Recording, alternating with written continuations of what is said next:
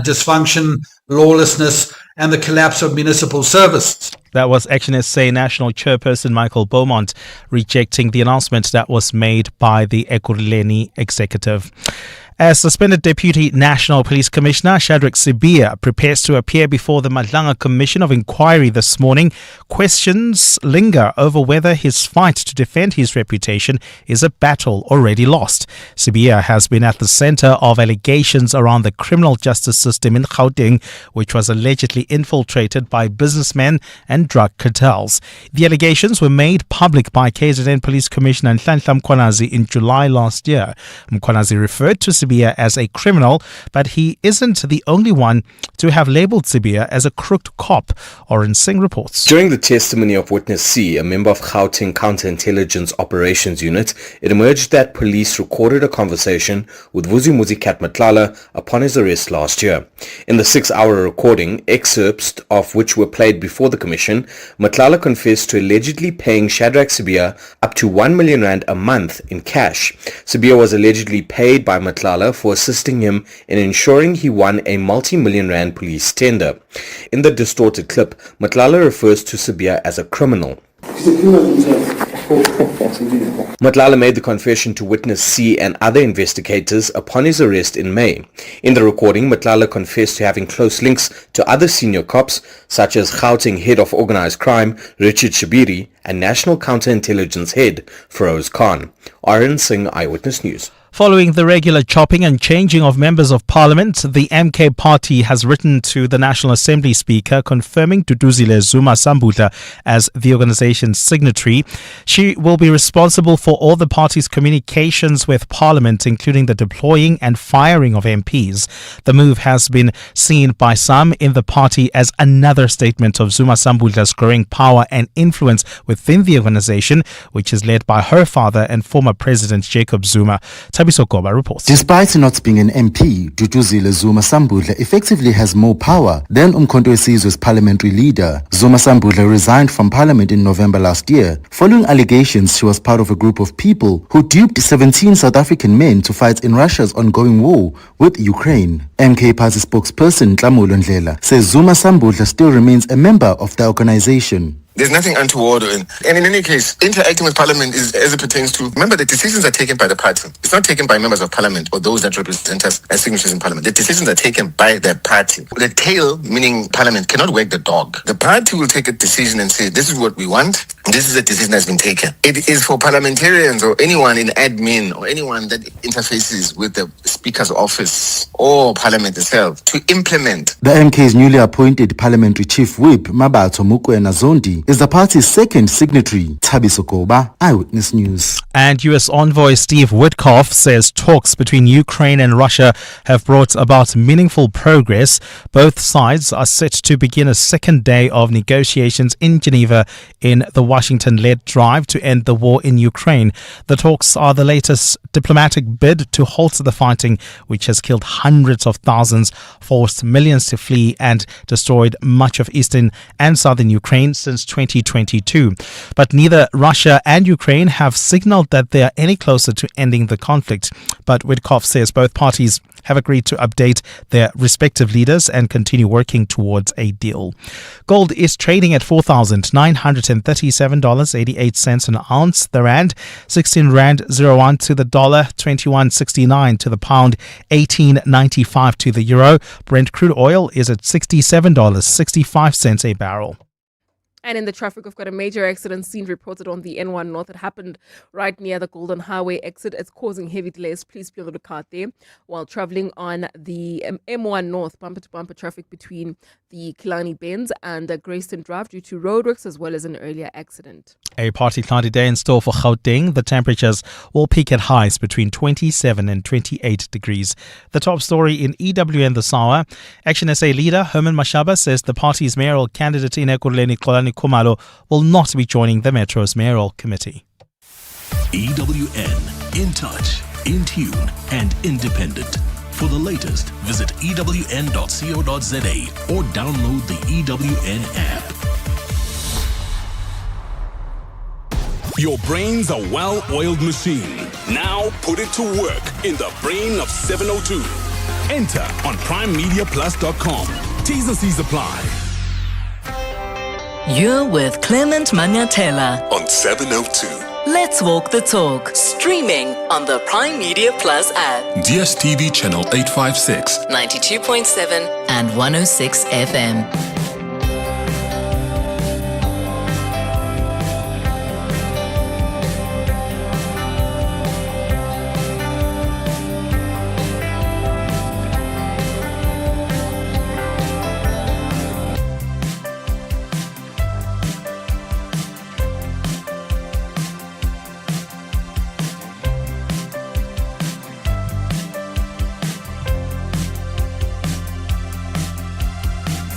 Seven minutes after 9 o'clock, Dumelang, welcome to the Clement Manyathela Show. It's wonderful to have you with us here on 702.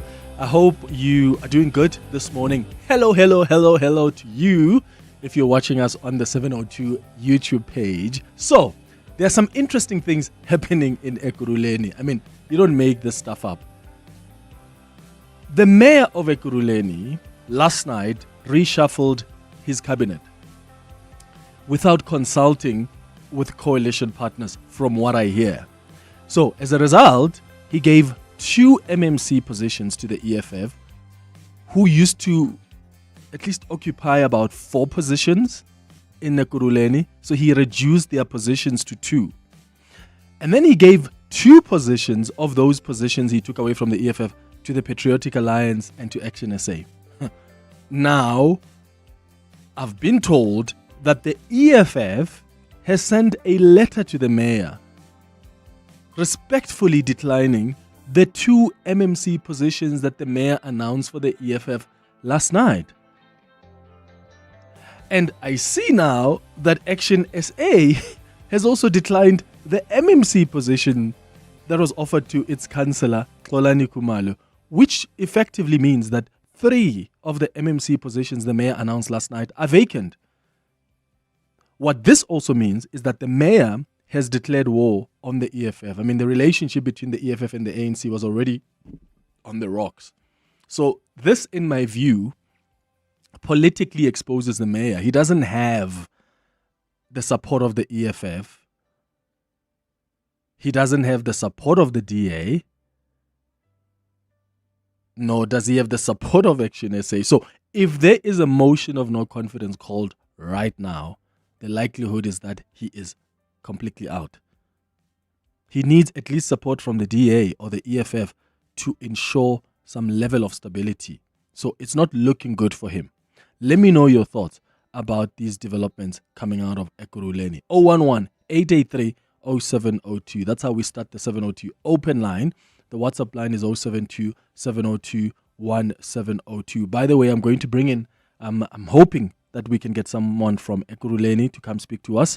We want to bring in ActionSA as well, and we've asked the EFF to also come join us as well and tell us why they're refusing to take up these 2 MMC positions. So that's what's coming up on the 702 open line. And then I want to know from you this morning how you feel about the U.S. ambassador to South Africa, Leo Bozel. Well, he's not ambassador yet, but likely to be. That's the man that is still awaiting to present his credentials to President Cyril Ramaphosa before he can officially take up his post as the U.S. ambassador to South Africa. He has now arrived in Mzansi as more calls are being made for the president not to recognize his credentials. He's made it very clear, even to the Senate committee that confirmed him in Congress, that he has a very clear agenda here in South Africa. And what is that agenda, you may ask? Number 1, he made it very clear that his agenda is to convince the South African government to withdraw its genocide case against Israel at the International Court of Justice. Number 2, he made it clear that his mission here is to get South Africa to move away from having undesirable friends such as Iran, Russia, China, etc. And I mean, he may want to get our government to stop this horrific, terrible genocide it's perpetrating on its white citizens. Wink, wink. One of the things I have wondered is whether an ambassador can engage with the host government around its foreign policy and its decisions on who to align with. And I actually get it, that I see how he would justify that, because he could argue that those discussions are important in the context of protecting American interests, because isn't that his responsibility here? Is to protect American interests. That's part of his responsibility.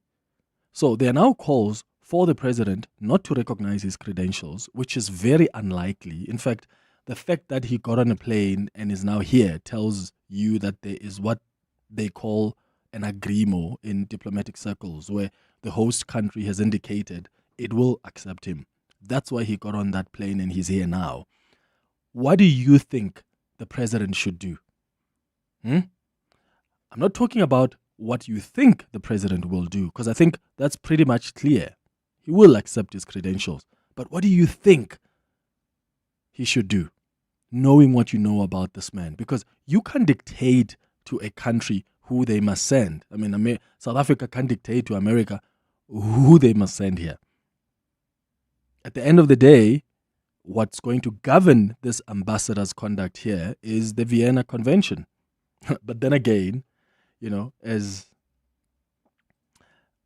someone argued, in fact, it was Ibrahim Rasool, when I interviewed him last night on my show, he argued that if you want to talk about the Vienna Convention somehow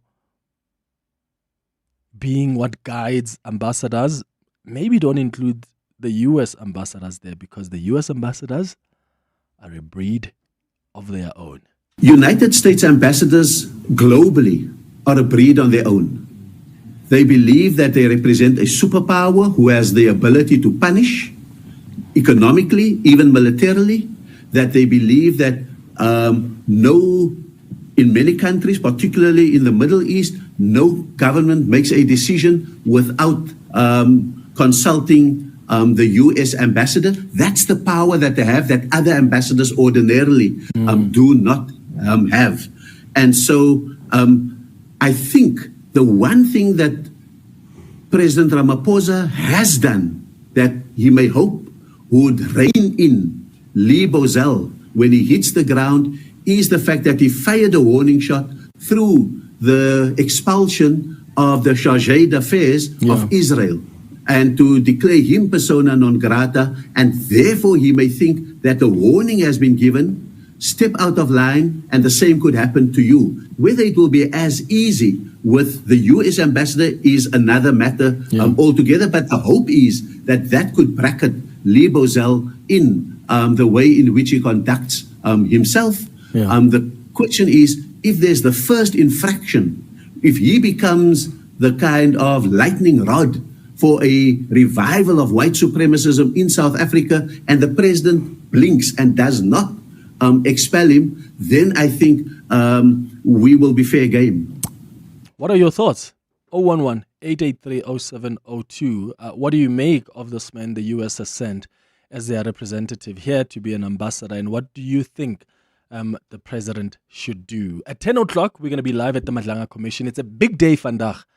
Shadrach Sibia, the suspended Deputy National Commissioner, takes the stand. He has some really, really tough questions to respond to, and I look forward to how he's going to explain a number of things that got revealed at the commission. At 11 o'clock, we're going to do our Listener's Choice feature, and today one of our listeners has asked that we look into the role and effectiveness, I should say, of task teams that tend to be announced to deal with crises. So that's what's coming at 11 o'clock. And then at 11:30, we're going to do our sharing space. And there is an interesting story we got today on email. And remember, if you want to share your stories on email, just send an email to cm@702.co.za. And then on the subject matter, just say the sharing space. Today, we've got an email from a listener who's got a bit of a predicament. And I'll tell you more about it at 11:30. That's the show coming up over the next 3 hours. Clement Manyathela, streaming on the Prime Media Plus app. DSTV channel 856, 92.7 and 106 FM. Goeiemorgen, man. Floris here from the beautiful Western Cape. Let me tell you, this Leo guy, it's a tactical move from Donald Trump purely just to come and unsettle and dictate to us. So yeah, why can we not just refuse to have this guy here and also classify him as a persona non grata? Oh, and by the way, I'm a Chiefs fan, but I'm going to support Pirates tonight. I want Sundowns not to win the league this year. Have a good job, bye-bye. We're all supporting Pirates tonight. What are you talking about, Flores? Hi, Clement. This is Early here. Look, this man is here, as you say, he's been allowed to get onto that plane to come to South Africa. They should accept him. Maybe they will, most likely, but they should also watch him. If he misbehaves, if he steps over the line as ambassador, just like Ibrahim Rasool was said to have stepped over the line, they should kick him out. So they should just watch his behavior when he's here.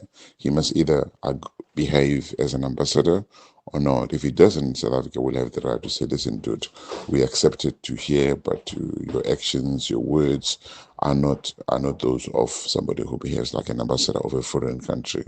So please leave. Morning, Clement. You know what? Because of the South African government were being led by the guy who's very cowardly. They said he's diplomatic, but our president is very weak. This man should have been blocked even before he can get to the plane to South Africa. He shows that he doesn't deserve our audience. This man should have been blocked even before he can even get to the plane to South Africa. We are the sovereign state. We can't be detected by the Americans. How should we do? Who is our friends are? This man should have been immediately. Even now, the president can still have a chance to tell him to go away, to go back to his country. Thank you, Clement. Yeah, that's a bit tricky because we also can't dictate to the Americans or any other country for that matter who they should send here as their representative. Oh, but then, my friends, I could ask that question the other way. Do you think the Americans would take a similar posture? Do you think the Americans will not want to dictate to us who we send to America to represent us? I mean, that's a standard principle, right? We can't dictate to America who they bring here. That's why this man is here.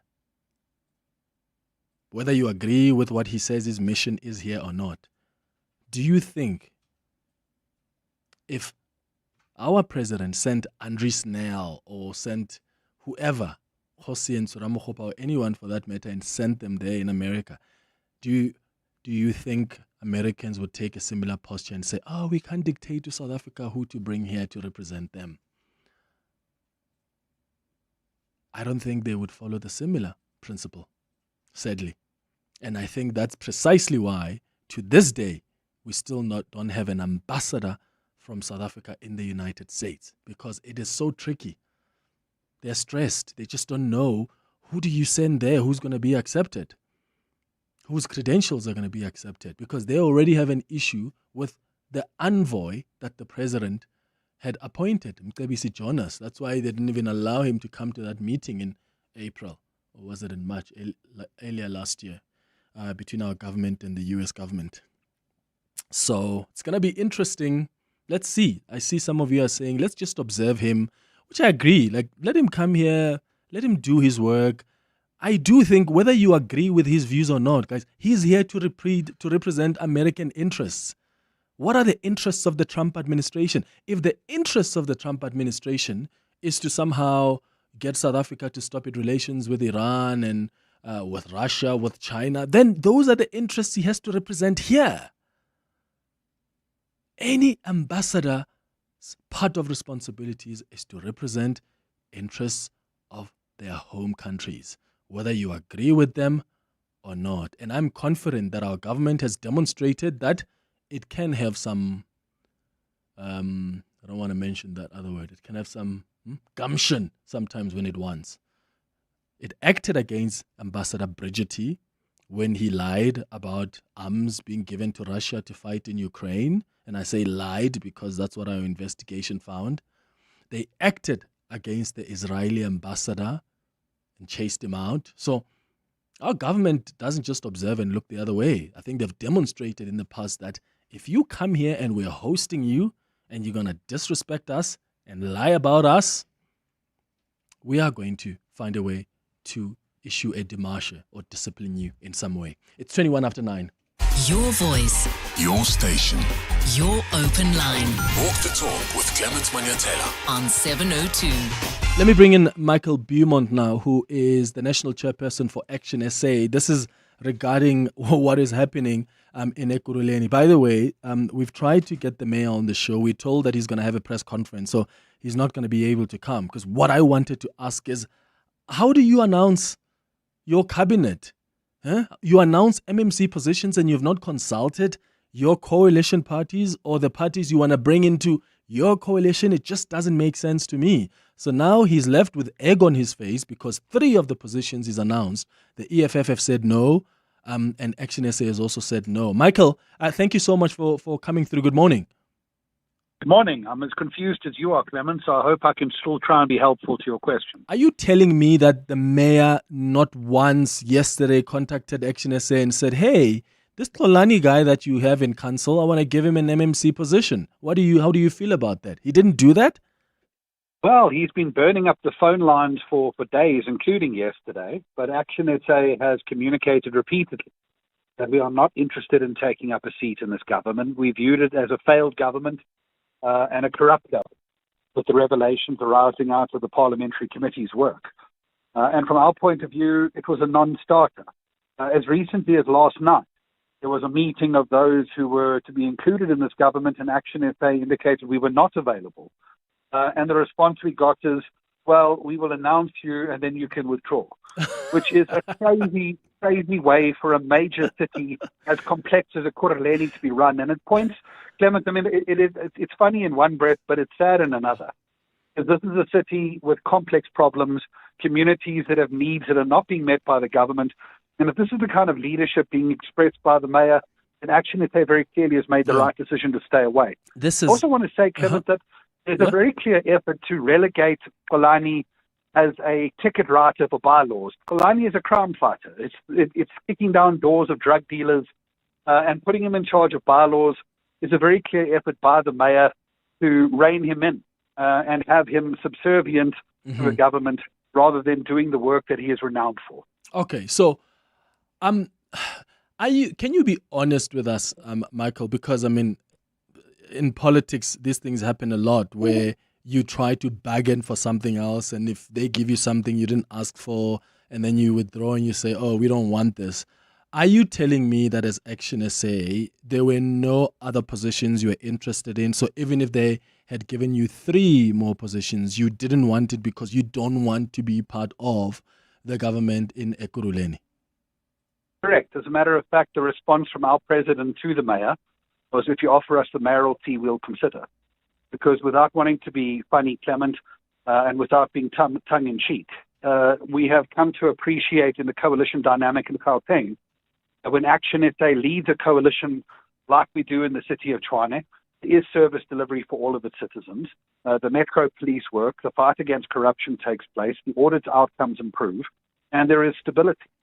But rather, when we are led in a coalition by mayors who have proven incapable of leading complicated cities like Dada Marero, like Mayor Kakazi here, it is a situation where, we'll find ourselves subjugated to inadequate leadership that fails the residents of Ekurhuleni at a critical time where we need to be the alternative. And you can't be the alternative if you're reporting to the people that you need to be the alternative to. Where does this leave the mayor, Michael? I mean, he doesn't have the support of ActionSA. He doesn't have the support of the DA. He sure doesn't have the support of the EFF. Julius Malema has been angry over the last couple of weeks over what's happening in Ekurhuleni. And now that the EFF has also said to the mayor, no, we're good with these positions, unless, of course, there are negotiations happening behind the scenes. This leaves him vulnerable. I mean, if there's a motion of no confidence tomorrow, I don't see how he's going to survive it. Well, absolutely. It clearly is a lame duck government, one that doesn't have the numbers to govern, much less survive a motion of no confidence. And there is a governance crisis taking place in Ekurhuleni at a critical time. I mentioned earlier that the revelations rising out of these parliamentary committees about the corruption and malfeasance taking place in Ekurhuleni is horrific. clearly this has been a cesspool, one which has been allowed to go and operate with impunity for years. And this is a time where strong political leadership will be needed to turn it around.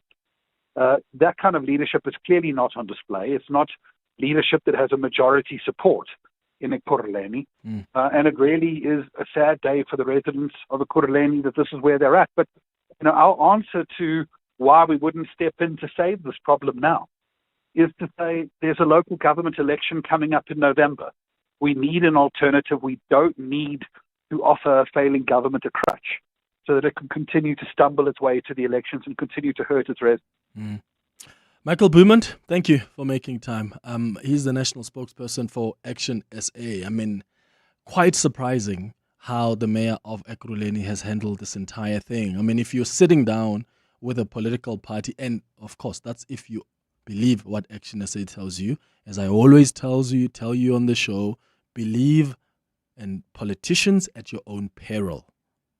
Right? I always take what politicians tell me with a pinch of salt. So I don't know what the mayor is going to say later on. But if you believe what ActionSA is saying now, that the mayor told them, hey, I want to give you guys a mayoral an MMC position. And they told the mayor, no, we don't want to be part of the mess in Ekurhuleni. In fact, if there's one thing we'll take here is a mayoral position and not an MMC position. And the mayor apparently said, well, in that case, then I'm going to make the announcement and you guys can then withdraw. Isn't that weird? And that creates an impression of an unstable metro. How do you run things like that? And hopefully we're going to hear more later when the mayor of Ekurhuleni hosts this press briefing. Let's hear how he's going to explain how things have transpired. Morning, Clement. I mean, I agree with Malema yesterday when he praised Ramaphosa. He commended his posture on foreign policy and his relation. I think Ramaphosa, we may often criticize him not having a spine, but when it comes to foreign policy and the Trump administration, he has stood his ground. And I like that. So I think this guy will be washed. And on Ekurhuleni, I just want to say something. Can one party bring a motion of confidence against Bagaza? I just want to see what happens, because Vele he's going to lose. He's going to lose. Prince, Bedford View.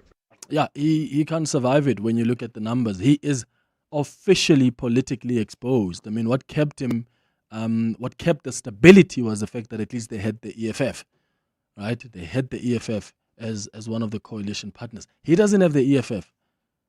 Unless there's background conversations going on right now, but he doesn't have the EFF, because I spoke to sources in his government who told me the EFF sent a letter this morning saying we are not taking those positions, we're good. And now ActionSA, who does he have? The Patriotic Alliance? I mean, the AIC is out because that MMC is no longer an MMC. He's politically exposed, and I don't know what move other political parties are going to make, but if they make a move sometime this week or at some point to bring a motion of no confidence against him, how does he survive it with no numbers? More of your calls and WhatsApps after the latest in Eyewitness News headlines. It's 9:30. Sfiso, hi. Thanks, Clement. Good morning. It's day 3 of sentencing procedures at the High Court in Johannesburg for child murderer Amberly Hughes. The 26-year-old was convicted in August for the rape and murder of her ex-boyfriend's child, Nada Jane Chalita. The self-confessed killer was expected to take the stand over the past 2 days, but the matter was postponed due to her defense requesting more time for consultation. ActionSA leader Herman Mashaba says the party's mayoral candidate in Ekurhuleni, Xolani Khumalo, will not be joining the Metro's mayoral committee. Mayor Dr. Xhagaza announced a reshuffle of the executive last night. A statement said Khumalo would be the MMC for community services and bylaw enforcement. And Peru's Congress has impeached interim President Jose Geri, the Latin American country's 7th head of state, in 10 years, and only the latest toppled over graft claims. The 39-year-old was accused in the irregular hiring of several women in his government and of suspected graft involving a Chinese businessman. Those are the headlines. This EWN and more at 10 or as it happens. EWN Traffic. While traveling on the N1 South towards Bryanston, do expect delays coming out of Rivonia Road. A major accident seen along this route was already causing delays. There's also queuing traffic on the M1 North. This is between Houghton Drive and Grayston Drive. This is due to roadworks that are taking place along this route. The southerly direction of this route is also affected, slightly coming towards Grayston Drive off-ramp. And if you are traveling in Devlin, do expect delays on the N1 North. In fact, bumper-to-bumper traffic between the N12 exit and the Golden Highway. This is due to an accident scene. There's also queuing traffic reported in Alberton, or rather Germiston, along the N17 east towards Osborne Road. Roadworks are causing these delays. Otherwise, if you're traveling in the city of Tshwane, please be on the lookout for some issues being reported along the N1 North approaching the Brockfontein interchange. I'll have more traffic updates coming up. Stay tuned. There's more EWN on air, online, and on the EWN app. Media is changing fast. The question is, are you leading it or chasing it? The Pulse Media Leadership Conference is a one-day gathering of bold thinkers shaping what's next for media, marketing, and leadership. It all happens on the 26th of February from 8 a.m. until 5 p.m. at the Galleria Conference venue in Sandton. Expect insights from Springbok coach Rassie Erasmus, CEO of Montegray Capital Michael Jordan, and global marketing icon Seth Godin, joining us live from New York via Zoom. Tickets are on sale now at ticketpro.co.za. Prime Media Broadcasting is a proud sub-sponsor of the Pulse Media Leadership Conference 2026. In life's most challenging moments of loss, compassion can be your greatest comfort. You shouldn't have to face the financial burden of losing a loved one by yourself. Rest assured, Clientele's funeral plans pay out cash within 24 hours. You can cover up to 13 family members on one plan, ensuring all your loved ones are taken care of, and 3 children are covered at no additional cost. With Clientele, you're not just buying a plan, you're also buying peace of mind. When the time comes, you will need to make important calls with your 200 Rand airtime you will receive when you claim. Plans offer double accidental death cover, as well as transport, grocery, and unveiling benefits. Apply today, it's easy. There are no medical examinations and no paperwork. SMS funeral to 31586. That's 31586. Clientele Life is an authorized FSP and licensed life insurer. T's and C's online. Standard rates apply. Today's forecast is calm conditions inside your Mazda CX-5. It'll be warm, so likely your cabin chills before you even ask. Patches of scattered traffic, but with heads-up display and lane keep assist, you'll feel like you're alone on the road. Clouds this evening. Perfect for that Bose sound system. And later, skin tingles as you take that curve a little too beautifully. The feeling will find you in the Mazda CX-5. Wonder awaits. Your voice. Your station.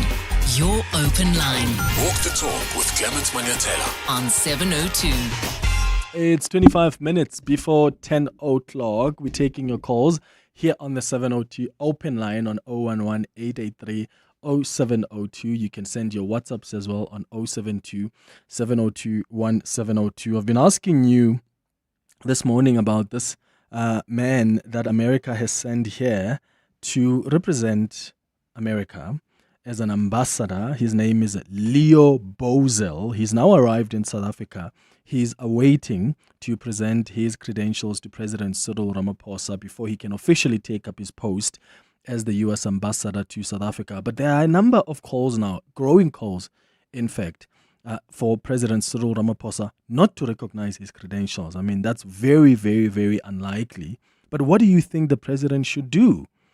This man has said very clearly that he's got an agenda here. One is to convince South Africa to withdraw that genocide case against Israel. And 2 is to make sure that South Africa stops being friends with people like countries like Iran, Russia, and China. You name it. He wants to probably talk for the white South Africans that are being persecuted here in South Africa. So on that basis, do you think that it's enough to then say his credentials must not be accepted? My argument is that whether you like this man or not, he's here to represent the interest of America. What are the interests of America?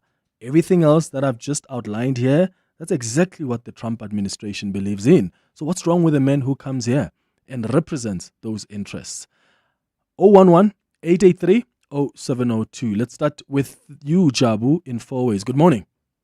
Morning, Clement. Look, yeah, sure. Look, I think we're looking at this from an emotional point of view. If we have to look at it pragmatically, the U.S. is making an offer to say, don't recognize maybe Russia or Iran, don't be friendly, remove the genocide case, and so forth. So, I mean, those are U.S. interests. Now you look at South Africa. We see that it's almost maybe 40% youth unemployment. Our smelters are closing, causing huge unemployment. You look at Transnet in terms of the port freight and the like. We need huge amount of investors to come in and resuscitate our economy. Say maybe South Africa says, okay, we agree to remove the genocide case. We agree not to work closely with Russia, and we agree to whatever that the U.S. has asked for.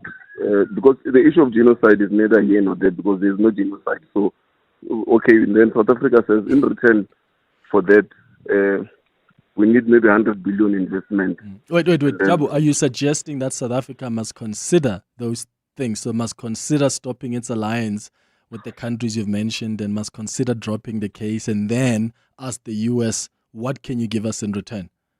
No, South Africa must first say, okay, South Africa must come up with a counter offer to say, if we drop this, everything has got a price. So you're suggesting they must consider that, is what I'm asking. Yes, they must consider, but then they must come up with their own counter terms. Let me just use a final example. You look at Russia.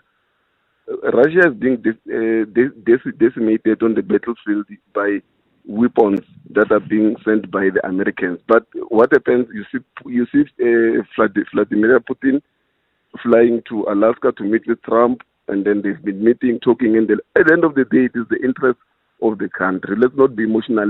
Let's hear what the U.S. has to offer on the table if we were to meet their terms. Do you think it's a good idea to meet these terms of... Oh, he's just left. Okay, that's what Jabu says. I think that's quite an interesting view, that we must consider things that America wants us to consider and then say to them, what do you give us in return? What do you think? Do you agree with Jabu that let us consider the two missions that this ambassador has made it clear are his priority here? Drop the ICJ case. Also stop being friends with Iran, Russia, China, and others that are seen to be adversaries of the U.S.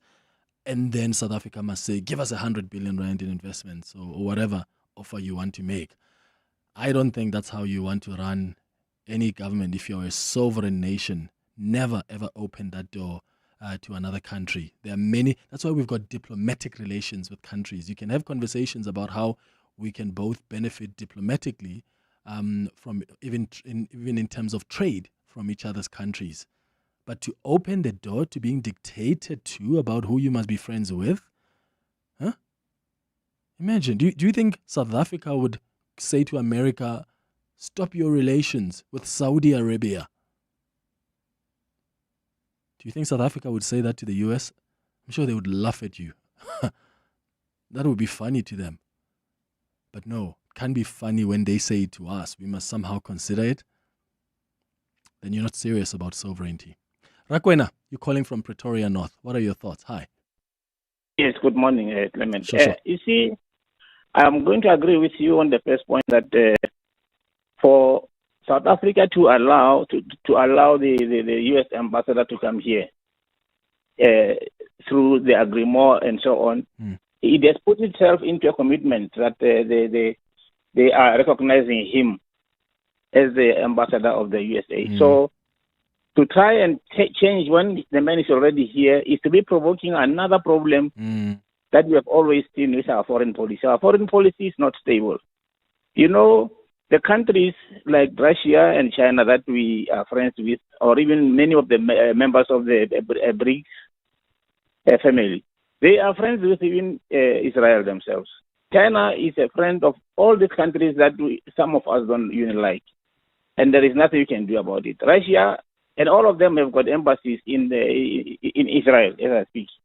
Now, we've got a problem whereby we seem to be driven by politics of sentiment, whereby we don't want to change our positions, but at the same time, we don't have the strength sustain that. For instance, the other day here, it was Iran. The other time, one of our generals went to Iran, said whatever he said, and then there was this damage control. And then they come here for this naval exercise here. Suddenly we have changed now. We say, no, they should not be allowed to be there. They should be told to go back. And they didn't go back, and they stayed here.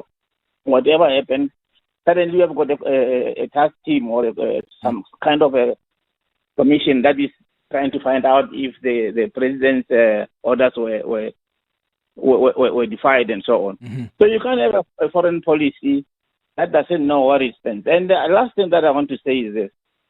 These big countries, China, Russia, and the USA and so on, these are permanent members of the Security Council. Now, the question you must always ask yourself is, why is Russia and China not supporting African countries to have a permanent seat there? Because they benefit. So we should actually understand that, trying to say Russia and China are better, we are lying to ourselves. They are just playing the game differently, but their interests are all the same. They are looking for the same thing in Africa. That is why you see even Russia is already in the Sahel there, in PAR, where we have been before. We got nothing from those places. Now USA is in the DRC, where we have been before, and we got nothing from there. So we need to review our foreign policy and make it work for us. I think that's what is important here. Then to put ourselves in a situation whereby when you are cornered, there's nobody who's going to help us. I mean, we saw Iran was attacked. China and Russia did nothing about it. Magwenya in Pretoria North, thank you so much for your contribution. Good morning, Clement. This is Khosin Komauma from Carltonville. My view on the matter is that considering our nature as South Africans, as peace-loving as we are, and very good in negotiating tables, I'm feeling that we should not behave like others would expect us to behave. Rather, let us give our comrade American an observatory status. He's not going to participate in anyhow. Let him observe that which will be undertaken. Kozingwe Mahuma, Carltonville. Morning, Clement and the listeners. Because now the ambassador is here, the president has just have to accept that he's here. And when he speaks about whatever his objectives are, and they tell him that, look, we are not going to be bullied. Our decisions are final, and we had reasons to make them. It's take or leave. Have a nice day. Thank you. I'm Hazel Dlamini. Bye. I reckon, Clement, the president should just repudiate those credentials. Let's call it tit for tat diplomacy. So be that. If they won't accept Rasul or even Mcebisi Jonas for utterings, we've seen what this guy believes. He actually thinks he's the Messiah. Like South Africa needs a white Messiah that's going to come here and put us on the thin blue line. We can't do this. We shouldn't be friends with so and so. Whatever. Blah blah blah. I think we should just repudiate that and simply say thanks but no thanks. We don't need his ilk in our country. Clement, on this issue, Ambassador, I think we all know that friendship, according to America, is listening and doing what they tell you to do and how they want it, and do as you're told. That's how they define friendship. And when it comes to this ambassador, I think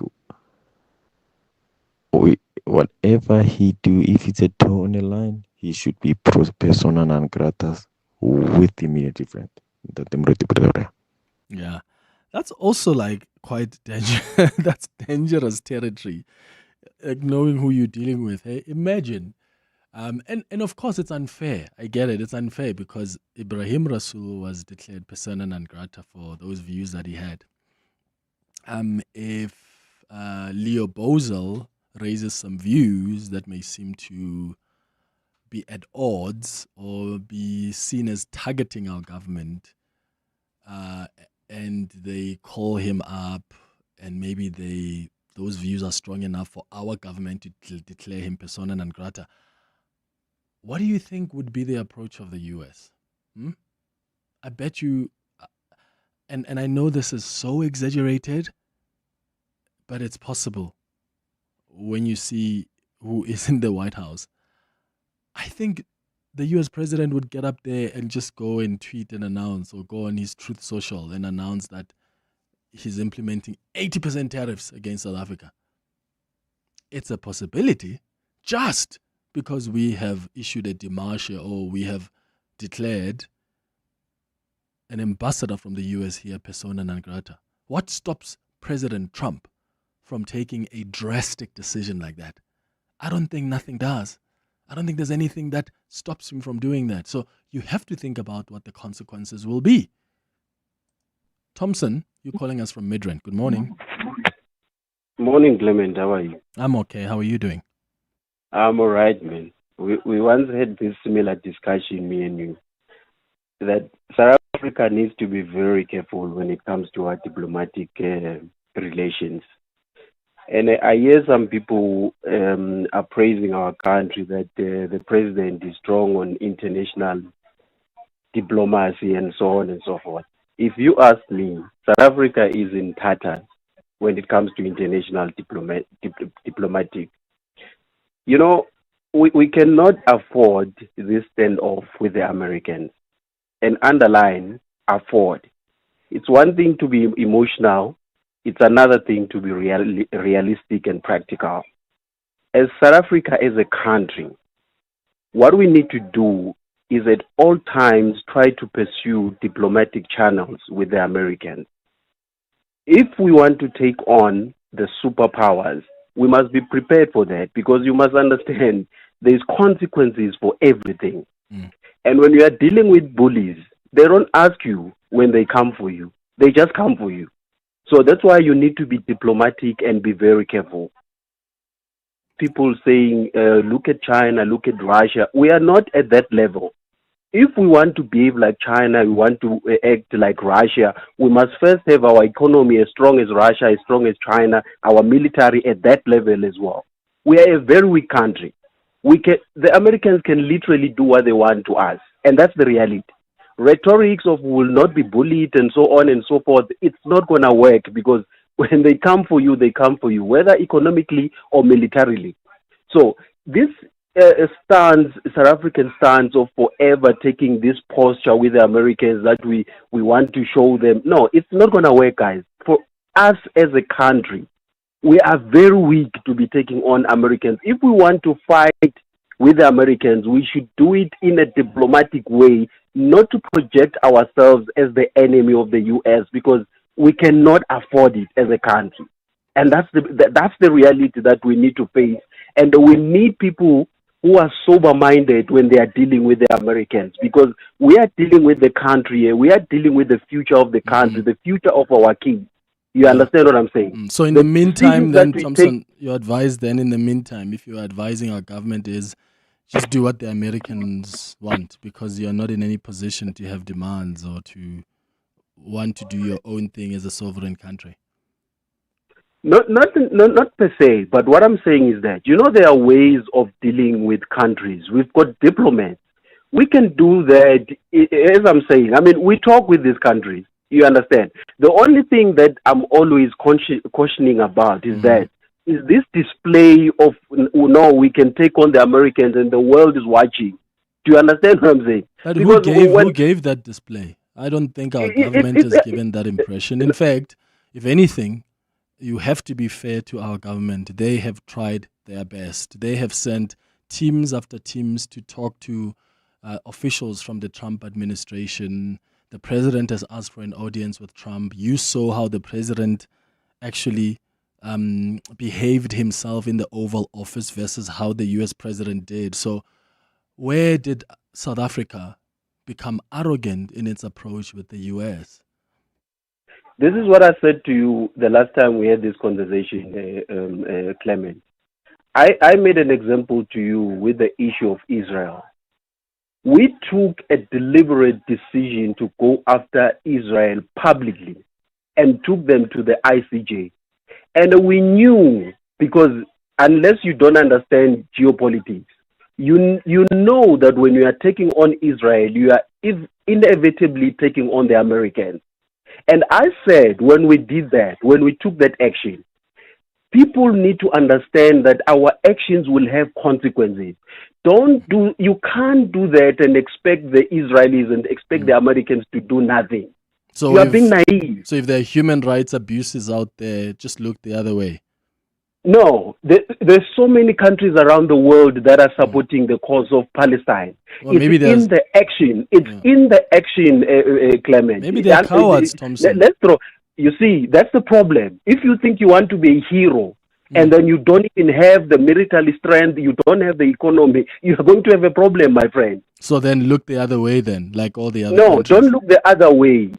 Be strategic on how you approach these issues. They've tried. You don't just go, what I'm saying is, when we deliberately went to the ICJ and took Israel there, when you take that action, understand this thing. There is going to be consequences for that. Question is, I think our government has said that they understand that, Thompson. I get you. I'm just out of time, but thank you for your contribution, and I get what you're saying. But I'm saying our government has tried that. They've tried diplomatic. They've tried through the United Nations. Nothing was working, and with everything we've been through, they thought we can't look the other way. Let's hear what the other listeners think. What do you make of what Thompson is saying? Give me a call or send a WhatsApp. It's 7 minutes before 10. 702 Afternoons with Ekurhuleni Maboja, 1 to 3 p.m. I have to say, I love the fact that you featured such top talent to voice the game. You've got your Lazola Gola, you've got Ntate Jerry Mofokeng, Tumi Morake, Mam Abigail Kubeka. How did you go and get the best of the best? I think that was crucially important for us because I think in the last few years, we've particularly seen almost the Wakandification, some people call it, of the African accent. So for us, as much as possible, we wanted to try and get voice actors who sounded like they were from that place. And for us, it would have been a waste of time to not have African actors and accents playing those roles. Ben Myers, CEO and Creative Director at Nyamakop. 702 Afternoons with Ekurhuleni Maboja. Let's walk the talk. This Saturday, the Lions clash with the Hollywood Bets Sharks in the Vodacom United Rugby Championship at Ellis Park Stadium, featuring fierce rivalry, big hits, and an electric atmosphere. You don't want to miss this unforgettable showdown when two South African giants go head-to-head. Grab tickets for all your friends and family at ticketpro.co.za now and arrive early at Ellis Park Stadium to get in the matchday vibe for the Lions versus the Hollywood Bets Sharks. When tax issues get complex, you need more than general advice. You need specialist insight. AJM turns intricate tax challenges into clear strategic solutions. From disputes and litigation to long-term planning, our expertise protects what matters to you and your business. With teams in Cape Town, Johannesburg, and Namibia, we deliver the rigorous analysis high-stakes decisions demand. AJM. Complex tax matters simply resolved. To walk the talk is to turn words into meaningful actions. And it's what we at 702 are committed to doing every day.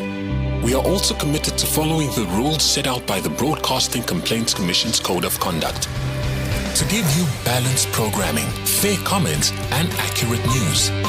But if we stumble along the way and you feel we are not living up to the code, let us know on comment@702.co.za. And if after that you're still not happy, you can direct your complaint in writing to the Broadcasting Complaints Commission. Email bccsa@nabsa.co.za. For more, visit bccsa.co.za. Your voice. Your station. Your open line. Walk the talk with Clement Manyathela on 702. 4 minutes before 10 o'clock, I want to bring in Sina Otambo quickly, who is the national spokesperson for the EFF. Remember, we spoke to Michael Beaumont earlier from ActionSA because they've said no to the offer made and the announcement made by the mayor of Ekurhuleni offering Xolani Khumalo, that that MMC position. Well, the EFF has also said no, as I've been telling you this morning, to the offer for the two MMC positions. Sinao Tambo joins us now on the line. Sinao, thank you for coming through. Good morning. Morning, Clement. Morning to the listeners. Yeah, why have you said no to the MEC for these two MMC positions?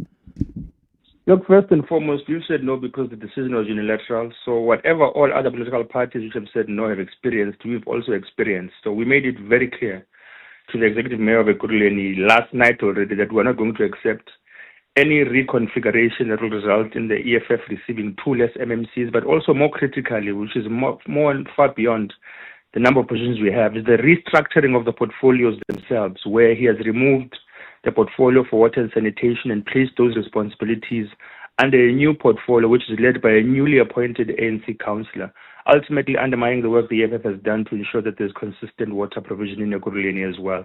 There's been countless disagreements we've been having with them, as you'd be aware. They've removed our MMC for finance in 2024. They've removed, our speaker was removed, and then they refused to replace our speaker with an EFF candidate subsequent to that. So there are those disagreements that have been occurring throughout, but the restructuring of the portfolios and shifting of responsibilities is critical to the reason why we don't want to form part of an irresponsible, irrational, and a government that works on the instincts of Tagas. Yeah, so what happens if there's a motion of no confidence in the mayor? Do you support it as the EFF? Absolutely, we've made that very clear. Any motion of no confidence in a mayor of the ANC, in a premier of the ANC, will be supported by the EFF. Any budget presented by a government of the ANC in Gauteng will not be supported by the EFF. This goes for the budget of the legislature as well. So all cards are on the table now, and I think all of us as South Africans, and particularly the people of Ekurhuleni, should now be keenly aware that Tagaza is running this government on instincts alone, and there's no appreciation for stability of governance, for stability of service delivery. Because currently, as things stand, she doesn't have a mayoral committee. Sure, yeah. It's quite tricky. She doesn't. There are some positions that are now vacant, and it's interesting to me that, ActionSA said it, the EFF is also saying it now, that we told him last night that we don't want the positions. And somehow the mayor, in his wisdom, thought, I'm still going to go ahead and make the announcement.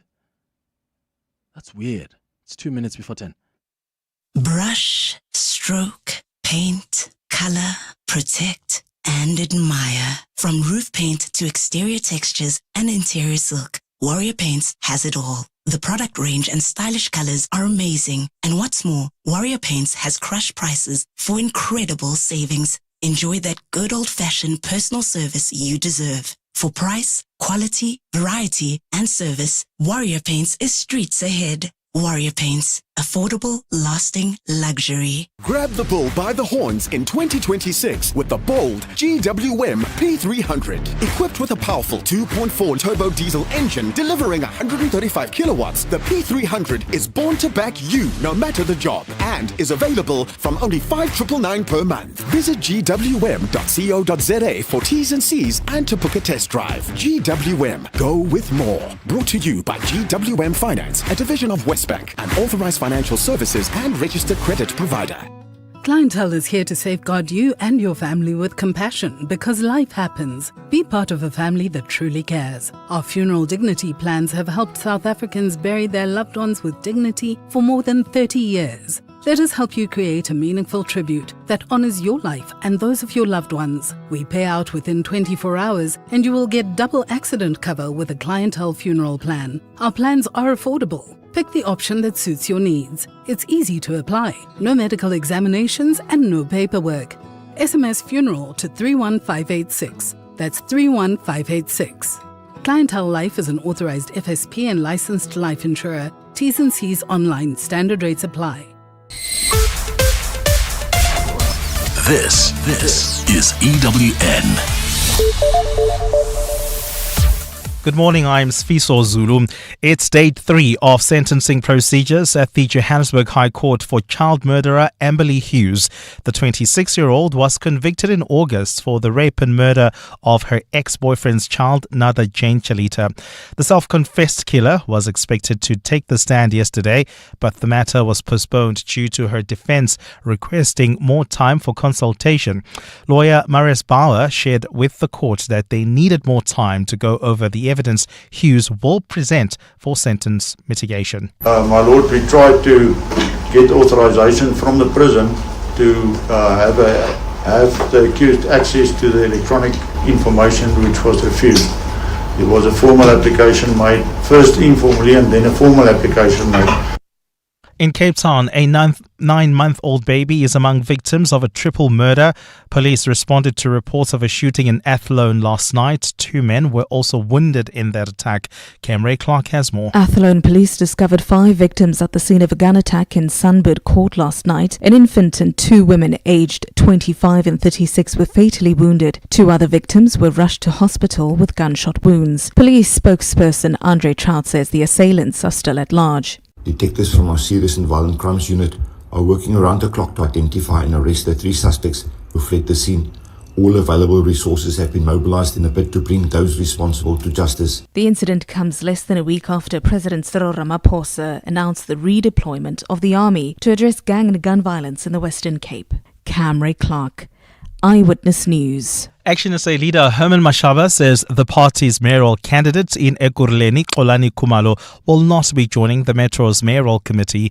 Mayor Dr. Xhagaza announced a reshuffle of the executive last night.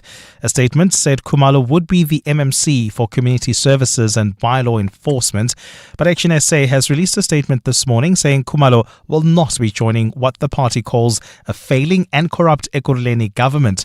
ActionSA National Chairperson Michael Beaumont. ActionSA rejects this false approach of including it against its will into this coalition government, because ActionSA has rejected repeated attempts by the mayor to participate in this new administration.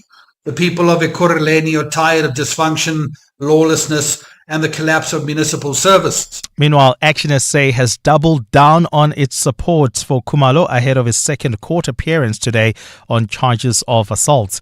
Khumalo is accused of beating up a man in December last year and pointing a gun at him.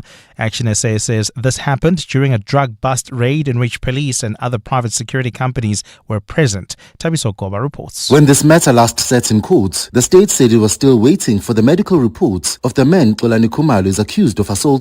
In a separate matter, earlier this month, a Nigerian man was allegedly killed by a private security company during the taping of Xolani's drug-busting TV show, Sizokuthola. Despite these run-ins with the law, ActionSA's President Herman Mashaba recently told EWN the party will continue to back his crime-fighting exploits. Xolani Khumalo has got my not 100%, 200% support in fighting drug dealers who are destroying the future of our youth and our families. Khumalo is charged alongside the chairperson of Gauteng's anti-crime unit, Duma Khatebe. They are both expected to appear at the Palm Ridge Magistrates Court in Katlehong today. Thabiso Koba, Eyewitness News. And Peru's Congress has impeached interim President Jose Jerry, the Latin American country's 7th head of state in 10 years, and only the latest toppled over graft claims. The 39-year-old was accused in irregular hiring of several women in his government and of suspected graft involving a Chinese businessman. In office since last October, Jerry took over from unpopular leader Dina Boluarte, who was also impeached amid protests against corruption and a wave of violence linked to organized crime. Prosecutors last week opened an investigation into whether the head of state exercised undue influence in government appointments. Jerry says he's innocent. Gold is trading at $4,934.12 an ounce. The rand $15.99 to the dollar, $21.68 to the pound, $18.92 to the euro. Brent crude oil is at $67.60 a barrel. And in the traffic, we've got delays on the N1 South. This is between the Baku interchange and Rivonia Road. That's due to an accident along this route. There's also slow moving traffic on the R24 West between Edenville Road and the Glulis interchange. A partly cloudy day in store for Gauteng. The temperatures will peak at highs between 27 and 28 degrees. The top story in EWN this hour. It's day 3 of sentencing procedures at the Johannesburg High Court for child murderer Amberly Hughes. EWN, in touch, in tune, and independent. For the latest, visit ewn.co.za or download the EWN app. You're with Clement Manyathela On 702. Let's walk the talk. Streaming on the Prime Media Plus app. DSTV channel 856, 92.7 and 106 FM.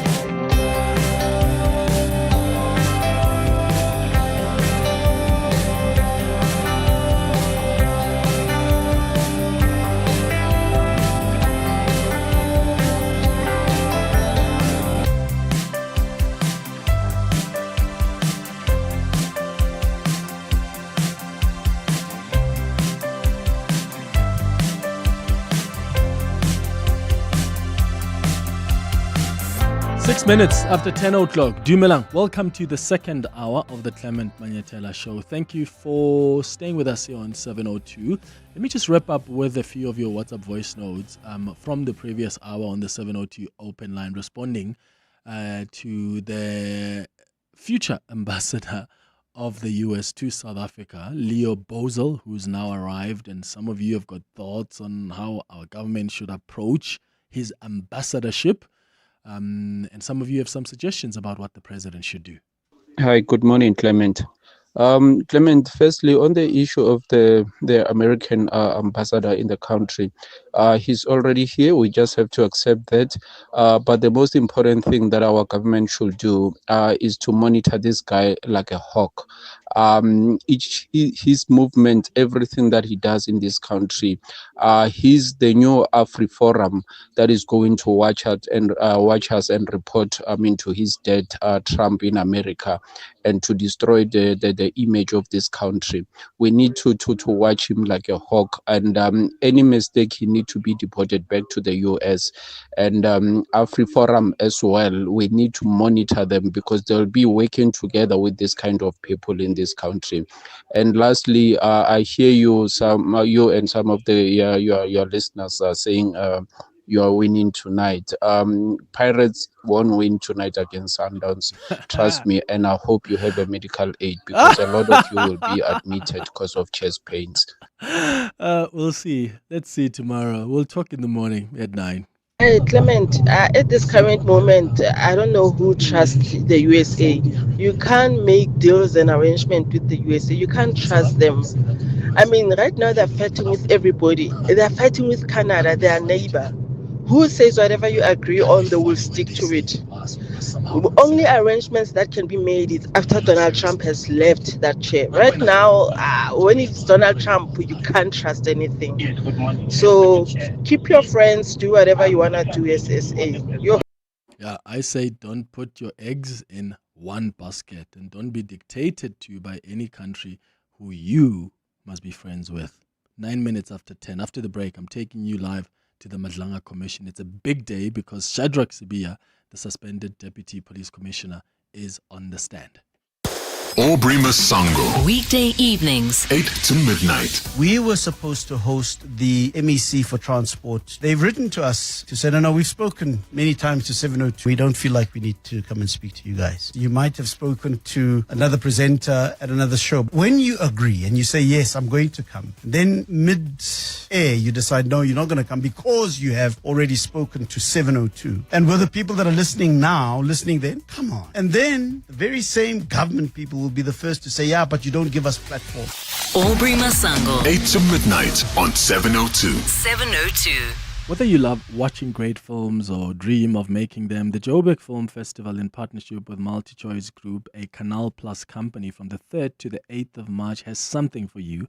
Experience powerful local and international cinema on the big screen and tap into the JBX Talks, where the people shaping film unpack the craft, the business, and the future of storytelling. It's more than a festival, it's a front row seat to the film world. Book your tickets now at joburgfilmfestival.co.za. All Scholar Transport operators are required to comply with the following mandatory requirements: a valid operating license authorizing the operator to transport passengers on the specified route, a valid operator disc, which must be clearly displayed on the windscreen next to the vehicle license disc, a valid vehicle registration with a current roadworthy certificate confirming that the vehicle is fit, safe, and legally permitted to operate on public roads. Compliance must be reflected on the vehicle license disc. Compliance with these requirements is non-negotiable and is enforced to safeguard the lives of learners and all road users. Issued by the National Department of Transport. Year in, year out, we're fixing tires faster than a Formula One pit crew. My team is on top of things like tire whisperers. If an unforeseen accident were to happen in my workshop, at least I've got My Way business insurance to keep the wheels turning. Visit myway.co.za or dial 0860 64 64 64 and get a quote today. My Way is a licensed non-life insurer and FSP. T's, C's and standard rates apply. My Way. Live your way. If you run a business, your vehicles aren't just vehicles. They are capital investments on four wheels, and capital should perform. On Friday, the 20th of February, 702 will take you inside Pro One, an exclusive Stellantis showcase spotlighting the Peugeot professional pickup range engineered for South African businesses, from construction to agriculture to logistics. If your fleet is due for an upgrade and you mean business, tune in on Friday for live insights from the floor. Power your business with the confidence of Peugeot Professional on 702. You're with Clement Manyathela. 702. It's 12 minutes after 10 o'clock. I see the mayor of Ekurhuleni is also briefing the media about what transpired last night, and the EFF and the ActionSA declining to take up these MMC positions. So I'm sure throughout the day here on 702, EWN will keep you up to speed with what the mayor's explanation is. But right now, I take you live to the Madlanga Commission, where Shadrach Sibia has been giving his side of the story and talking about political interference in the case against him. He's been addressing just now alleged fraudulent claims, and he's talking about how in 2016 he was charged for fraudulent travel and petrol claims, and that were all were just not done with the proper processes being followed. So let's take a listen to what else he has to say. Court record, that record is still there. He says, I know there's no case and there was no case, but I was instructed to put the matter in the court roll. Now that's how the magistrate said you are released. Then that's how I was acquitted in that case. That's the fraudulent kilometer claim issue. So it's one of those cases. Now I have to go to allegations of high treason. Before that, General, I think under this topic, there's information that I think is important to put on record for completeness of what you are explaining. At paragraph 39, you speak about this from paragraph 38 up to 41. In paragraph 39, you do state that these charges that were finally brought against you were a product of a complaint or allegations by somebody. Maybe you need to put that on record. Paragraph 39? Despite this, a criminal docket for fraud and corruption was later opened against me in March 2015 based on allegations made by Mr. Imran Bhatt, an individual implicated in organized crime and human trafficking, whom I have previously investigated while serving as head office of the Hawks in Gauteng. So this person, Imran Bhatt, is a civilian or is a member of the police? He's a Pakistani national who's involved in human trafficking. Okay, but not a police officer? It's not a police officer. Okay, and then in paragraph 40, you say what period these allegations or this story about fraudulent travel claims relate to. Maybe you should put that on record, what period we are talking about. You do say in the first slide. I said additionally, in February 2016, yes, I was arrested and charged with 5 counts of fraud.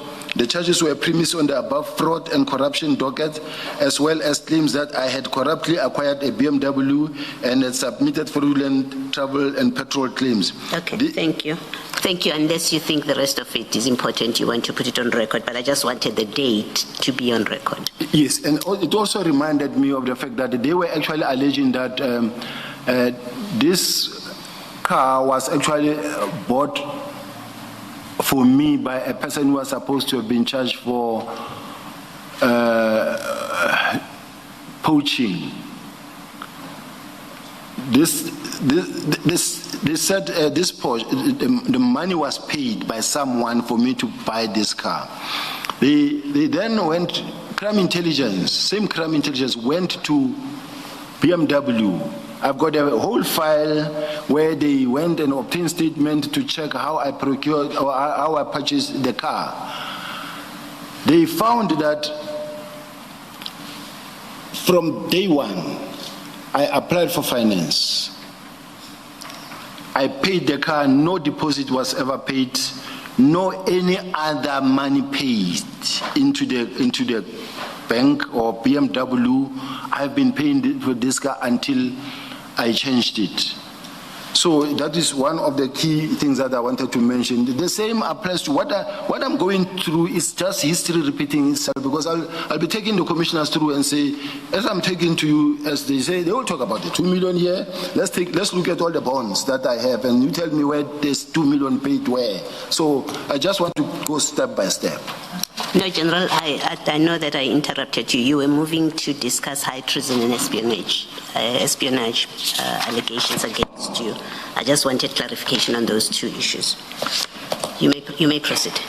During December 2016, the former Gauteng of the Hawks, Major General Prince Mokotedi, made a statement under oath in which he alleged that I, together with several other individuals, was implicated in offenses of high treason and espionage. These allegations were purported based on a so-called top-secret intelligence report, which he claimed to have received around April 2016. The report allegedly implicated me, Mr. Paul O'Sullivan, Mr. Robert McBride, Ms. Candice Coutier, and other unidentified persons said to be associated with AfriForum and the Democratic Alliance. The intelligence report concerned was highly questionable. Now, according to General Mokotedi, a meeting allegedly took place on the 3rd of December 2016 at the property previously owned by a convicted criminal, during which it was purported discussed that certain senior officials and individuals supportive of the former President Jacob Zuma would be targeted through false criminal investigations and a coordinated media campaign designed to discredit them. It was further alleged that pressure would be placed on politicians to remove certain senior officials from office. That damaging information concerning President Zuma's son would be used to mobilize public pressure, and that these actions would culminate in an Arab Spring type uprising intended to destabilize the country and force the resignation of President Zuma. On this basis, General Mokotedi concluded that these alleged plans constituted high treason and espionage. Now, I just want to say,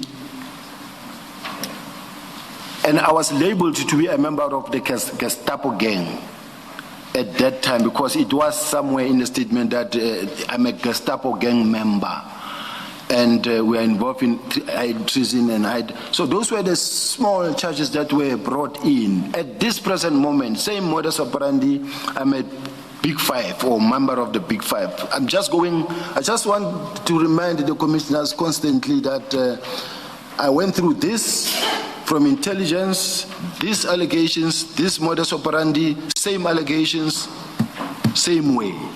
So I'll continue. To substantiate this, is paragraph 44. Paragraph 44, yes.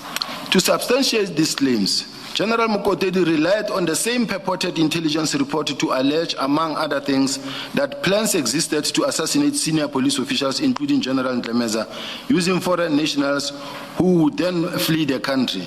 These allegations were said to have resulted in security threat assessment and the provisions of VIP protection to certain individuals. It was also alleged that President Zuma and his son were deliberately included as targets in order to secure political backing for the arrest and prosecution of myself and others on charges of including high treason. The allegations contained in General Mokotedi's statement were demonstrably false, inherently implausible. The intelligence report upon which he relied was unsigned, lacked any indication that It was authorized or approved by the management of crime intelligence and did not bear the hallmarks of an authentic intelligence project. If it did emanate from crime intelligence, it could only have been generated for improper and ulterior purposes, as none of allegations contained therein were true or supported by any evidence. Portions of the report further contained patently absurd claims, including allegations of widespread corruption and abuse of statutory powers and organized criminal conduct by senior officials, and none of which were ever substantiated. Paragraph 47. In total, more than 20 criminal cases were opened against me by a task team established under General Ntlemeza and Crime Intelligence, forming part of unsubstantiated and focused campaign to have me arrested, removed from office, and publicly discredited. As a consequence of these actions, senior managers within the SAPs and members of the public were led to believe that I was involved in serious criminality, including corruption, organized crime, and drug dealing. These allegations have caused profound and lasting harm to my reputation, integrity, and career, notwithstanding the complete lack of factual foundation. Regrettably, the pattern that characterized those events continues to manifest itself, with similar unfounded attacks against being directed at me. Now, Chair, exactly what I read. We must take everything that I read here, and if we were to put a table and divide it into two, these allegations make the modus operandi the same way, and you put it on the same, on the left, on the right hand side, it's the same thing. Who marched against me? Or I want to put it this way, my advocate want me several times to say, stop asking questions, you answer, not ask. What happened is that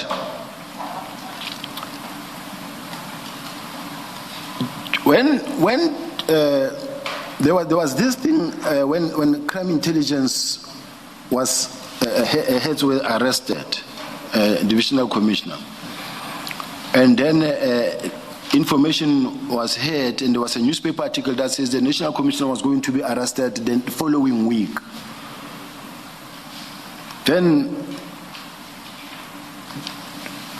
comes the press conference, but of importance that I want to mention, there was a march that was planned in KZN. There was a march that was planned in KZN by MK Party. Sorry, General. You said divisional commissioner. You did not mention the section. Divisional commissioner for what? Crime Intelligence, Lieutenant General Kumalo. Thank you. And 6 others, his colleagues, they were arrested. And I didn't even know for the reasons why they were arrested. Even now, I do know it was mostly mentioned about the employment of a brigadier, but apparently there are many other charges as the reports of the IGI. But what concerns me the most, Chair, is the fact that there was a march that was planned in KZN by MK Party. And MK Party, they were saying the march is about the fight in general, the fight against crime in general, and also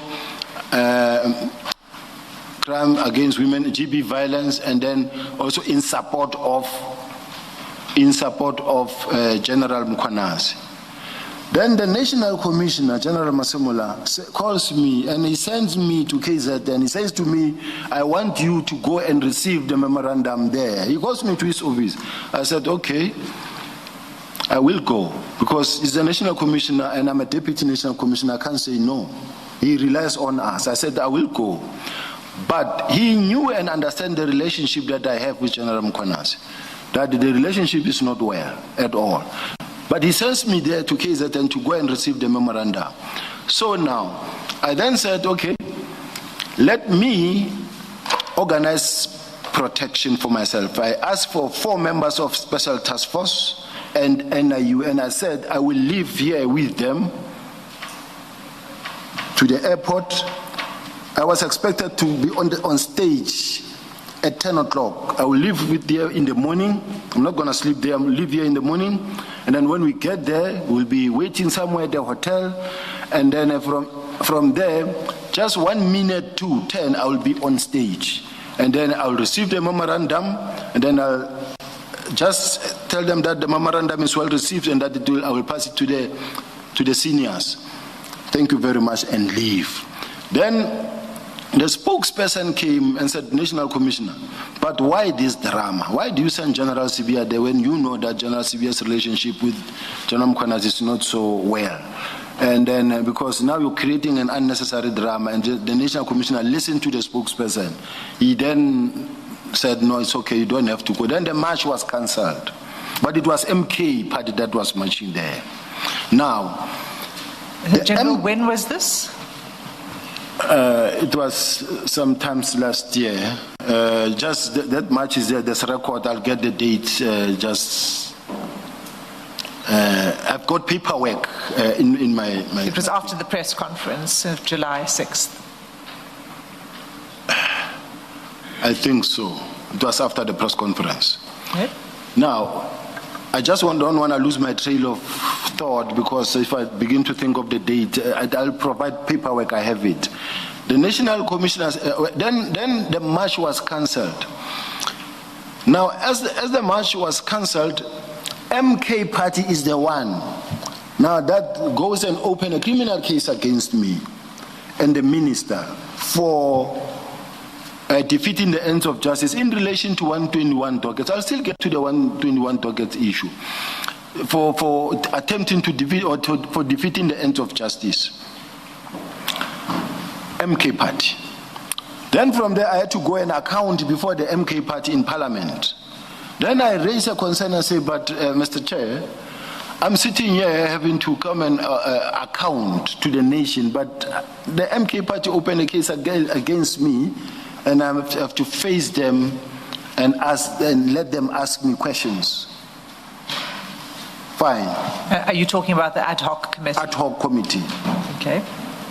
And that committee is made up of multiple parties. I know. The MK party. I know. But I raised that concern only specifically in relation to the MK, because there was a Honorable Skwasana there, who is the one who went and opened the case against me. I said, but do I have to stand before him now and account before him? Because all I was being asked was humiliating questions. I was being humiliated publicly, undermined throughout, even after I testified. Every witness that came, you listen to the MK party, how they are humiliating me, how they are speaking down upon me. Not only them though, but even when a question doesn't need Sibia, they will say, you're speaking like Sibia, or there was one general here who came here, he said 1, 2, 3, 4. Even it's a different witness, but I was the one that is being attacked the most. Now,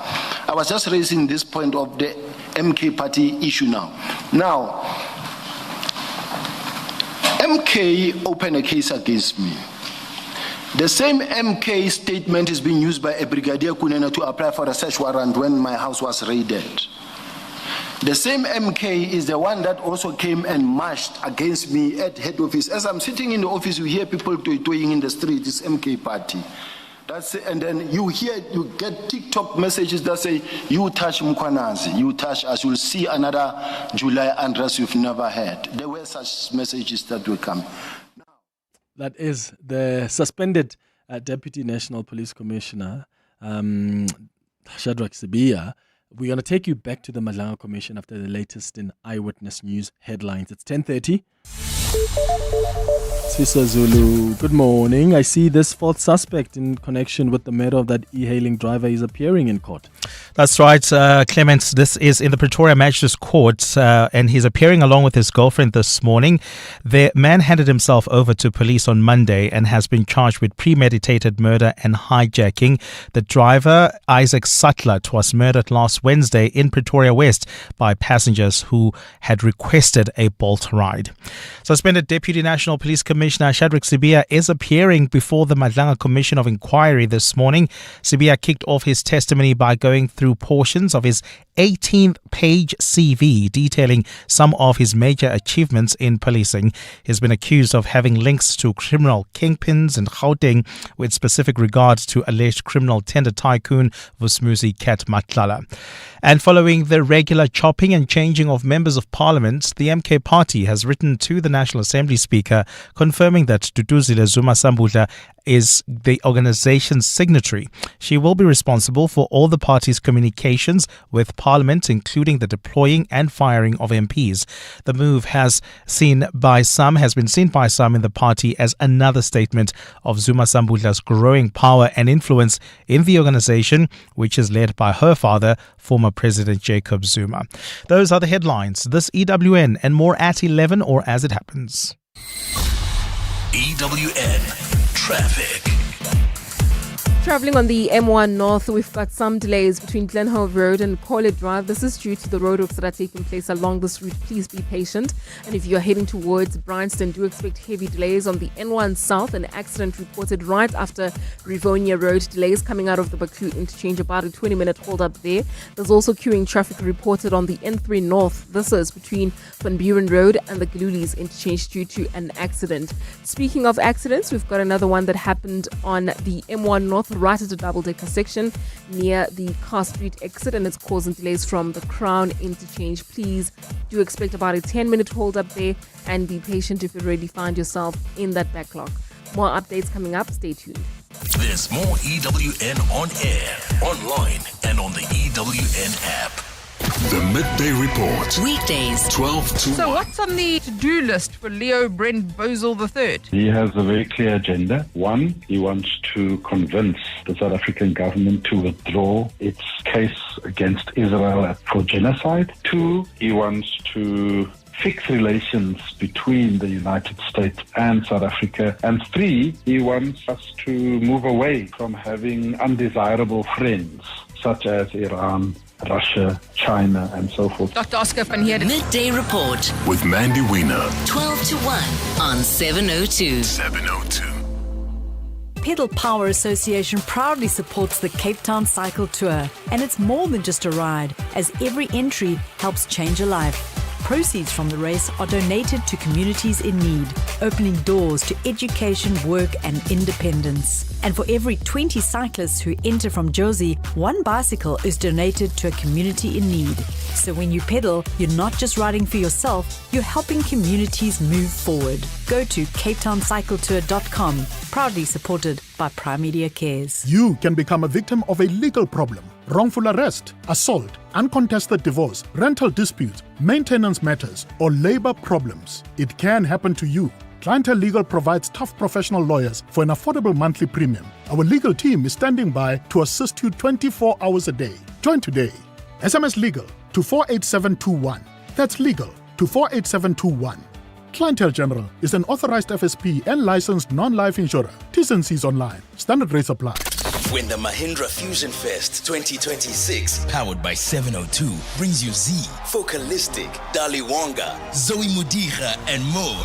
Fashion, art, and music will take center stage. And so can you by playing the daily Mahindra Fusion Fest quiz on 702 for up to 10,000 Rand and 2 tickets to the fest. WhatsApp the keyword Mahindra to 072-702-1702 with your name and ID number. Every day this week from 1 p.m., 702 afternoons with Ekurhuleni MMC could call you back.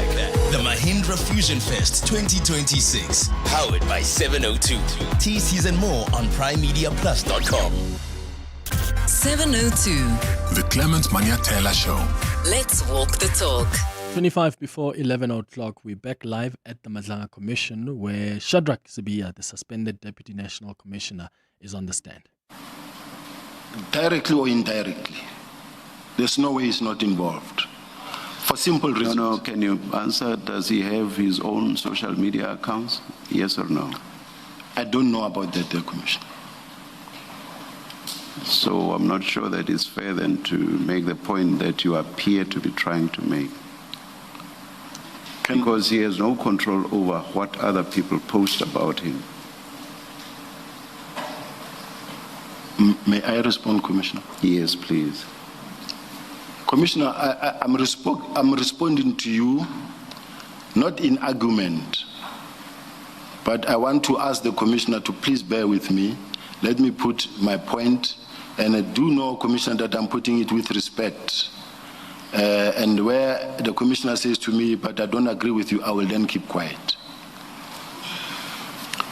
Commissioner, if this is the case that he does not have control over what people say about him, I don't know. I'm asking. Yeah. Yes, I'm responding to Commissioner. Yes. It cannot be that it is only about General Mkhwanazi, not any other provincial commissioners, because many commissioners, if you ask them who's the provincial commissioner of Northern Cape, people won't know. But what I want to say is that all the pictures, all the photos, whether it's camouflage, whether in everything that is happening on a daily basis about General Mkhwanazi is on social media. And then when you say something here, when I sit here and say something, whether it was on radio or on TV or an interview, whatever, the attacks, the many attacks that I get, it's a lot coming from the same direction. And then the excuse that says, I'm not on social media and I'm not the one and I'm not responsible, I don't agree with that notion. But I can leave it there, Commissioner. This is where I will leave it. But what I want to say is that social media has been... Sorry, just before you go on, I just want to clarify this, because what you're saying, you are, in response to the Chair's question, you're saying that you don't agree, but you're speculating that there's something more to it, that the social media posts, the numerous posts on social media that are in favor of General Mkhwanazi and against you is orchestrated somehow. But you are speculating. No, I'm not speculating. You have evidence. Well, let's take yesterday. What happened yesterday? There was a Mr. Mutibedi who was talking about the involvement of the PKTT that harassed him, that planned to kill him, that searched him with a fraudulent search warrant. This whole thing is now all over social media. His explanation, everything about him gets immediate attention. Do you want to go there? Because I saw that in the news, and my understanding is that there's either litigation or threatened litigation that relates to that. Do you want to go there? I will stop, Commissioner. Perhaps you go back to Ms. Hassam's question. As I understand it, what she's asking is, you've said that all these favorable social media activity in favor of General Mkhwanazi, there's something going on there. And Ms. Hassam was really asking you, do you have facts or evidence in support of what you're saying, or you're speculating that General Mkhwanazi may have something to do with it? And I haven't heard you answer that direct question. It's just that, Chair, I know I'm not speculating. It is the case. But the simple question is, do you have the account name? Do you have the account number? Do you know this? I won't have it. I don't have it. But why I'm saying that, I have been given names to say this person who's responsible for General Mkhwanazi's social media are the following, or is this one. I have that name, but up until I also have evidence or proof, I cannot sit here and say, here is this name. but I do have it. I think the point lies in the last thing that you say, that you don't yet, at least, I'm happy to put in the word yet, you don't yet have proof of what you have been told by somebody, that there is this person who's in charge of that account. You don't have proof, and I think you've just said that right at the end. Let me accept that point. Okay, thank you. Thank you. Maybe before you go further, let me ask another question, which was a clarification question. You said that earlier on, you said General Mkhwanazi was advised to go to City of Joburg to get information about me. When you say, and that's where you left it, do you know for a fact, and are you able to give a name who advised him, one, and two, what was the information that he was advised to go and get about you? Reading from the statement of, and I'm sure if commissioners will listen to Mesuli Mlandu's testimony at the ad hoc committee, he did mention where he spoke specifically about General Mkhwanazi coming to see him, and also the fact that he's got a relationship with Ms. Colleen Makubele. And to me, what a coincidence that now, all of a sudden, because there's also Ms. Colleen Makubele there, now the City of Joburg's some issue also is being brought into the fore. Yeah, General, can I just stop you there? You've said that this witness from City of Joburg, in his statement, he says that General Mkhwanazi came to see him. That answers part of what I wanted I was asking for clarification on. The earlier part of it is where you say he was advised. And my question is, you know for a fact that he was advised, and by whom? If you could just answer that part. I think when you listen to Mesuli Mlandu talking and say that General Mkhwanazi contacted me and came to see me, logically speaking, tells me that he cannot wake up one day and also then go to the City of Joburg and go and look for information about General Sibia, and when in fact already Mesuli Mlandu said, I've got a personal relationship with Colleen Makubela, and that I'm doing this in support of General Mkhwanazi because he came to see me about it. So if maybe my answer is not sufficient, Chair, I will leave it at that as well. No, I accept that is your answer. Thank you. Thanks, Mr. Sim. Thanks, Commissioner Baloy. I think I'll leave that there as well. If we can move on if there aren't any further questions from the bench. General Sibia, let's get back to your statement. You were at paragraph 49. 49, the public protector investigation. Yes. On the 8th of March 2018, a complaint was lodged with the then public protector when I was now working at the City of Joburg, Advocate Busisiwe Mkhwebane, requesting an investigation into, inter alia, whether the establishment of the Group Forensic Investigation Service and my subsequent appointment as its executive head by the City of Joburg were improper and irregular.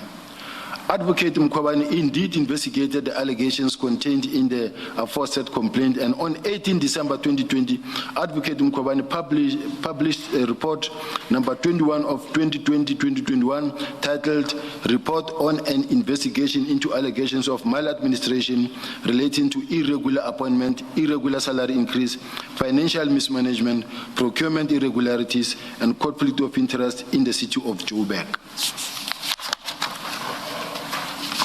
In the public protector report, Advocate Mkhwebane found that the allegations regarding the establishment of the Group Forensic Investigation Service and my subsequent appointment as its executive head by COG were not substantiated.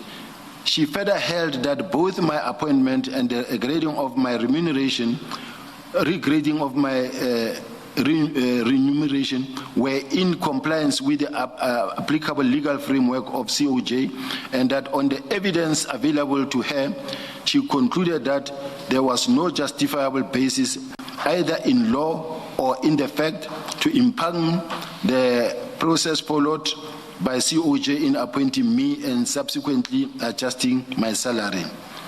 Now, I want to just add that when the public protector investigated, a complaint was sent to her. She doesn't herself come. Firstly, they sent a list of questions to be responded to. A list of questions to be responded to. All what they needed was provided to them. They came and they interviewed individuals in terms of anything they wanted to know. Now, later you get to hear that because we were cleared, it was not only myself, there were a lot of other people. It was a big report that found others wanting in others. They said, no, this one is okay, it's cleared. And then we were happy that, okay, that part has been put to bed. So accordingly, Advocate Mkhwebane determined that the conduct of COJ did not amount to improper conduct or as contemplated in Section 182, subsection 1A of the Constitution, nor to maladministration as envisaged in Section 6, subsection 4 of the Public Protector Act. To avoid prolixity, I attach here to marked SS2 the relevant portions of the Public Protector report for ease of reference.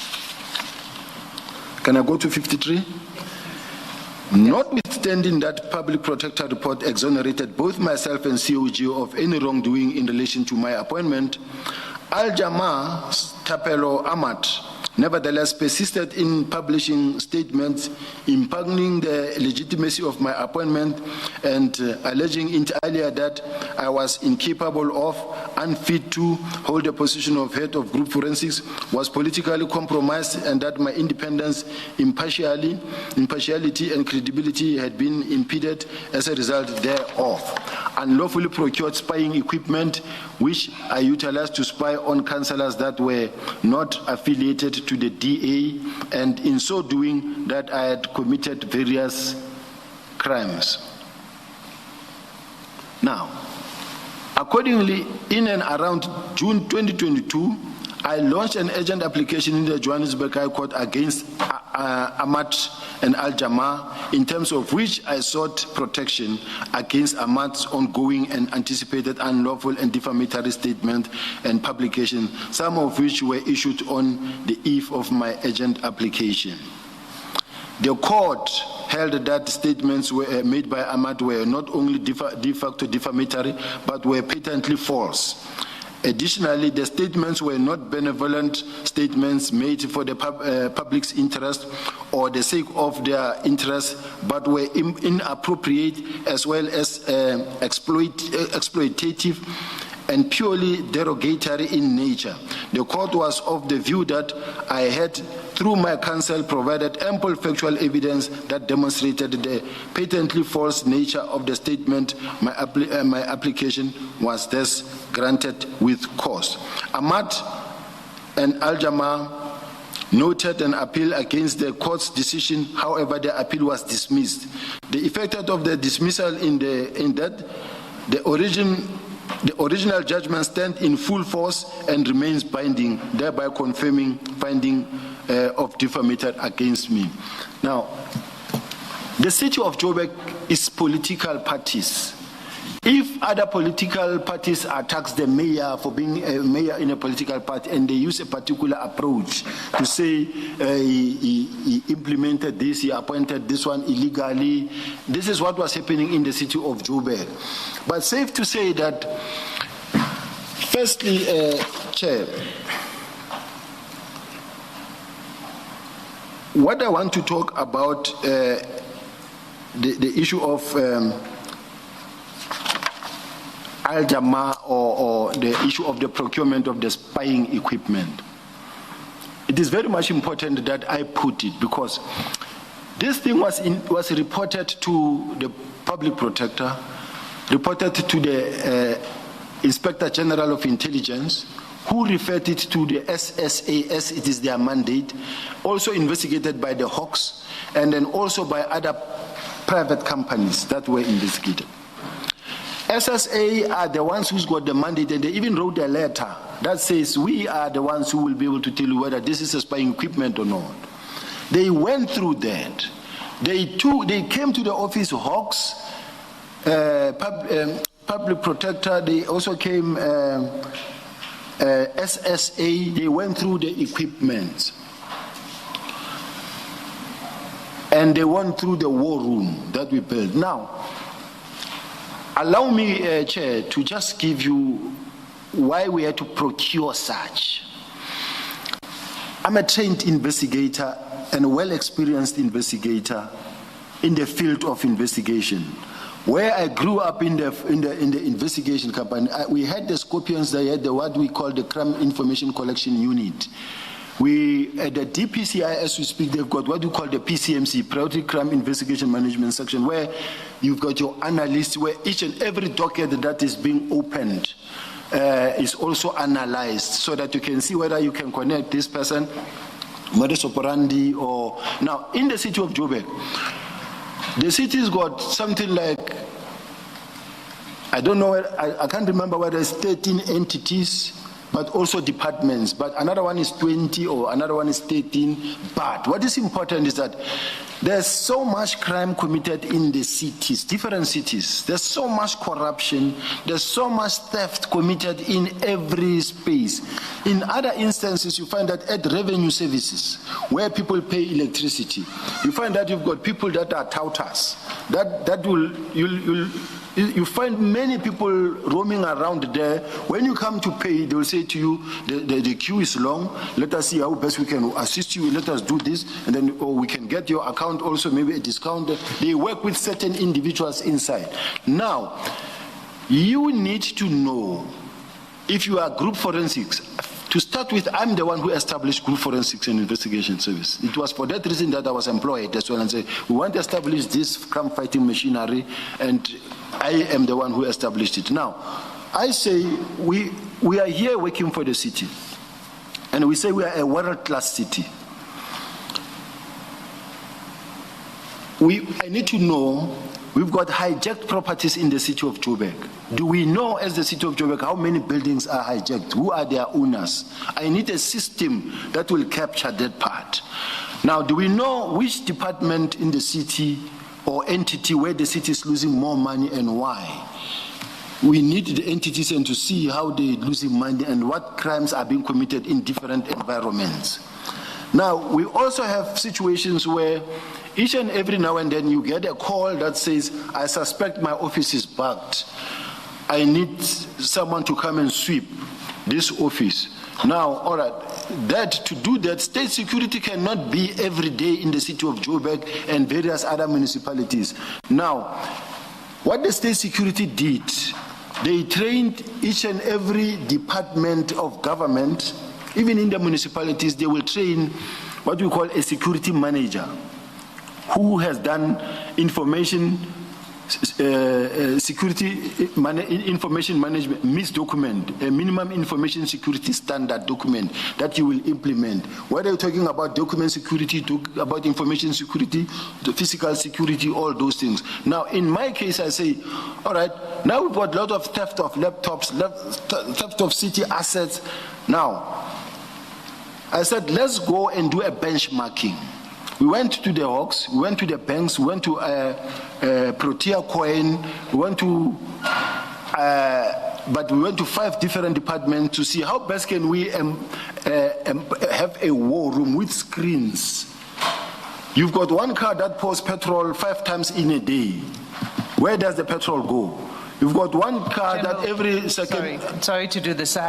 You're giving a lot of examples to explain the picture, but I think you need to now get to the point of what you're trying to say.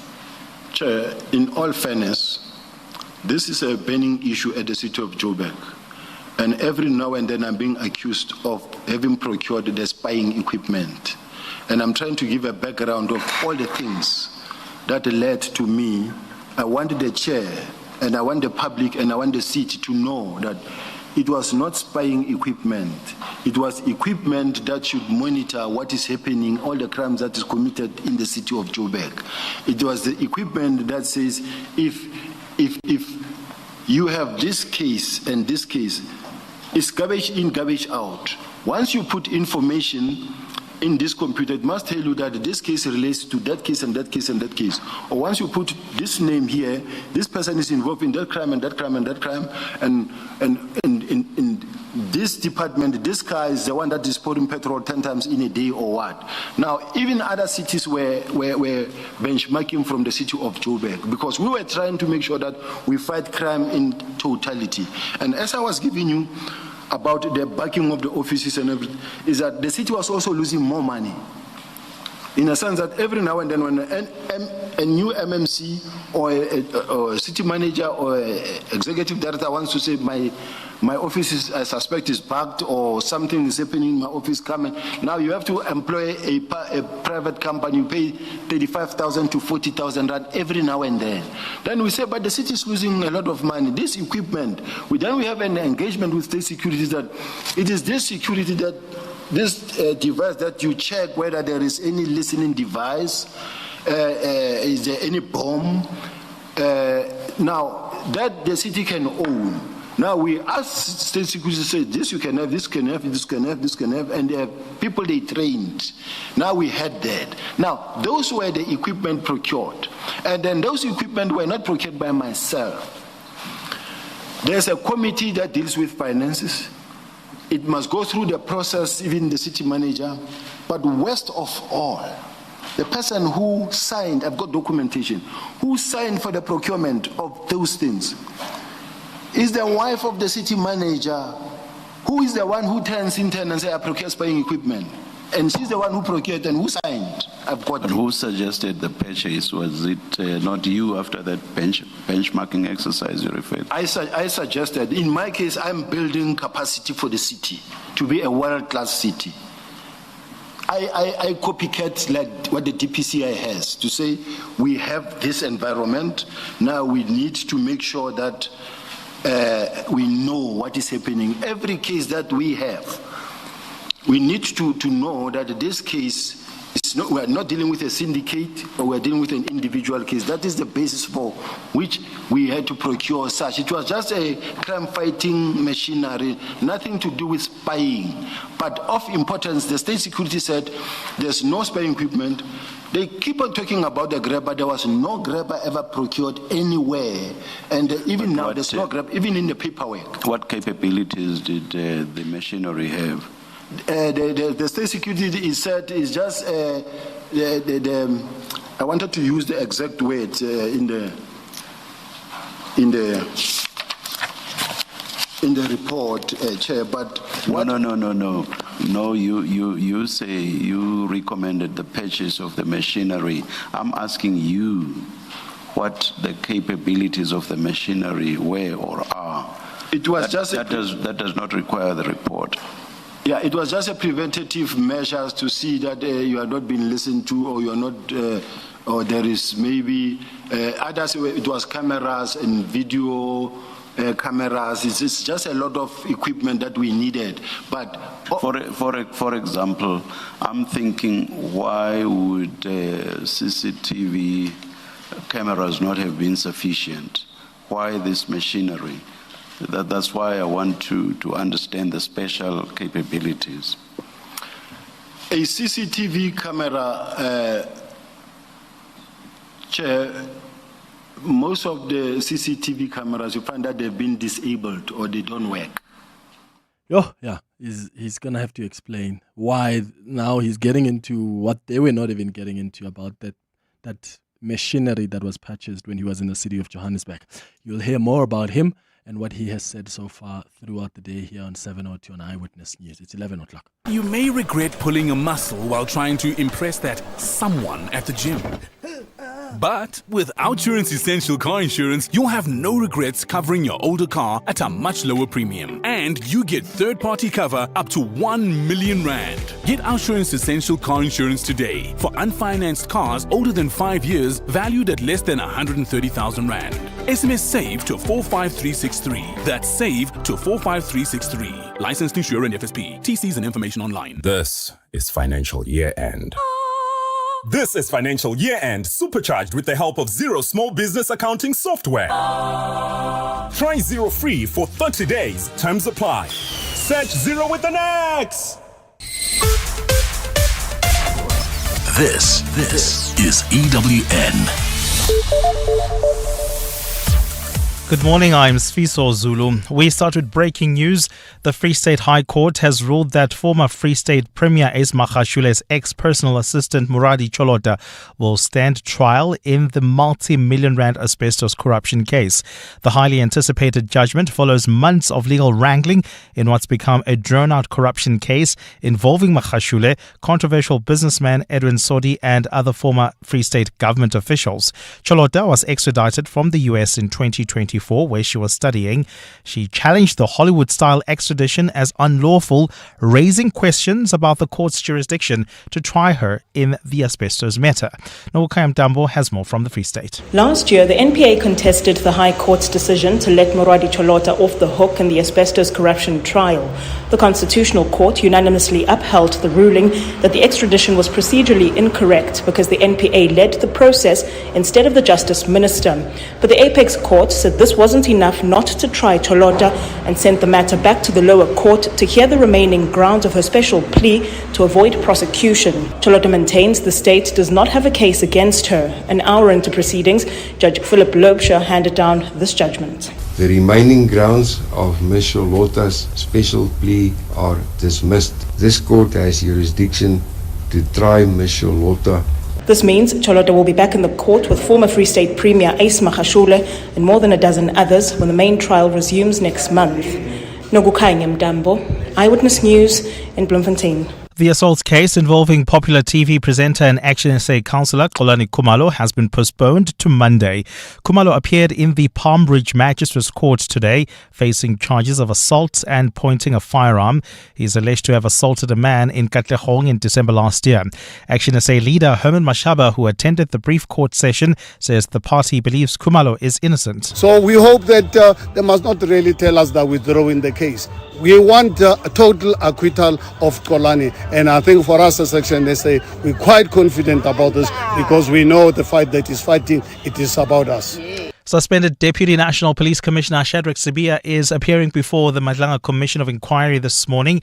He's kicked off his testimony by going through portions of his 18-page CV detailing some of his major achievements in policing.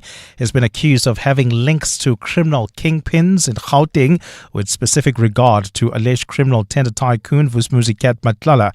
He highlighted that some of his qualifications, and he says they are related to investigations that not many police officers have. Of importance is the investigation course. That all the people that are accusing me, all of them, and that are investigating me, they don't have investigation course. All of them.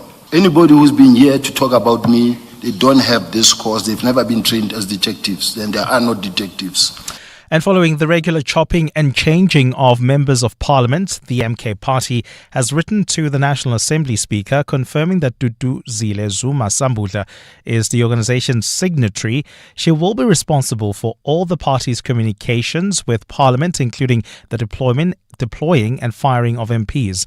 The move has been seen by some within the party as another statement of Zuma Sambula's growing power and influence in the MK party, which is led by her father, former President Jacob Zuma. Tabiso Goba reports. Despite not being an MP, Duduzile Zuma Sambula effectively has more power than Umkhonto weSizwe's parliamentary leader. Zuma Sambula resigned from parliament in November last year, following allegations she was part of a group of people who duped 17 South African men to fight in Russia's ongoing war with Ukraine. MK party spokesperson Clement Manyathela says Zuma Sambula still remains a member of the organization. There's nothing untoward. And in any case, interacting with Parliament is as it pertains to, remember, the decisions are taken by the party. It's not taken by members of Parliament or those that represent us as signatories in Parliament. The decisions are taken by the party. The tail, meaning Parliament, cannot wag the dog. The party will take a decision and say, this is what we want, and this is a decision that's been taken. It is for parliamentarians or anyone in admin or anyone that interfaces with the Speaker's office or Parliament itself to implement. The MK's newly appointed Parliamentary Chief Whip, Mabatho Mokoena Zondi, is the party's second signatory. Thabiso Koba, Eyewitness News. Gold is trading at $4,934.12 an ounce. The rand is at 15.99 to the dollar, 21.68 to the pound, 18.92 to the euro. Brent crude oil is at $67.60 a barrel. And in the traffic, we still have got those delays on the M1 North right as you approach Grayston Drive. Those roadworks are really hectic, so please be on the lookout there and be patient. And if you want to navigate your way around these roadworks, please try to use Oxford Road as well as Jan Smuts Avenue as an alternative. And traveling in Bedfordview, an accident on the N3 North that happened near the Klulis interchange. Delays from Van Buren Road.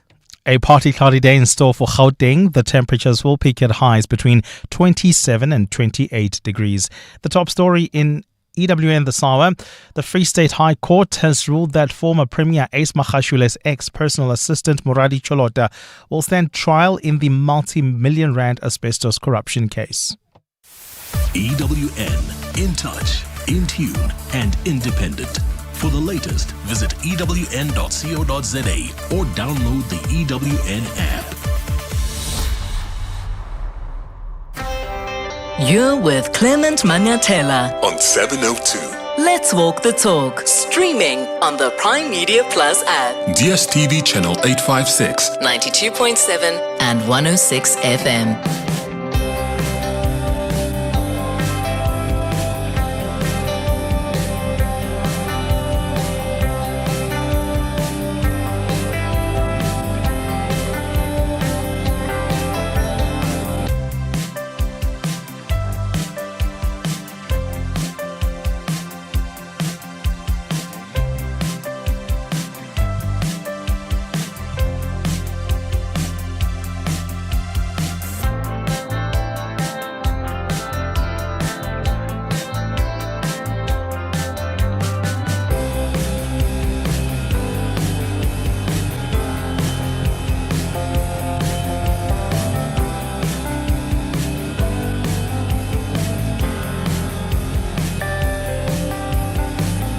8 minutes after 11 o'clock. Dumelang, welcome to the third and final hour of the Clement Manyathela Show. Thank you for staying with us here on 702. It's time for our Listener's Choice feature. Burning questions, insightful answers, Listener's Choice with Clement Manyathela. Today, we have been asked by one of you to talk about the role and effectiveness of task teams that tend to be announced to deal with crises. Our government has over the years repeatedly turned to task teams as a response to a number of challenges the country faces, particularly in the criminal justice space. So when there's public outrage over crime, for instance, or corruption, gender-based violence, political killings, or any other systematic failures within the police or prosecuting authorities, government often announces the establishment of a special task team of sorts. There's already a special task team investigating the referrals from the Madlanga Commission's interim report. There's already a task team that's looking into the water crisis in the city of Johannesburg and other parts of the country, and I can go on and on. These are structures that are usually presented as urgent, focused interventions. They're designed to cut through bureaucracy, to fast-track investigations and restore public confidence. But the key question really is, have these task teams actually delivered meaningful results? And are they strengthening these institutions that they work in? Are they even worth the cost to taxpayers? And I'd like to know what your thoughts are on 011-883-0702. On WhatsApp, 072-702-1702. Dr. Jean Redpath is a senior researcher at the Dala Omar Institute at the University of the Western Cape, who's going to guide us through this conversation. Dr. Redpath, thank you so much for making time. Good morning. Good morning to you and your listeners. So when government announces a new, let's say, criminal justice task team, what does that usually signal to you as a researcher? Well, I think we have to be very careful to distinguish between the different kinds of task teams. So there are task teams which spread over different institutions. For example, when there's a task team formed out of the National Prosecuting Authority and the police and the Hawks and so on. And then there are the internal task teams of the South African Police Service, and they are a different entity entirely because they generally they're temporary, so they can be contrasted with the units.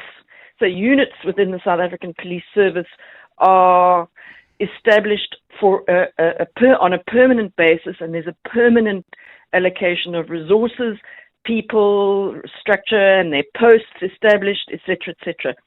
A task team inside the SAPS is a temporary measure where resources are reallocated from somewhere else to a temporary priority which has been identified.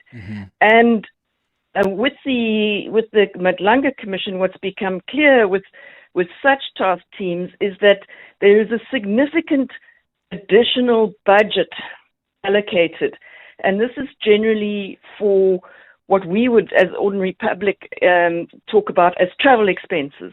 So accommodation, traveling, your stipend for food, laundry expenses, etc., etc.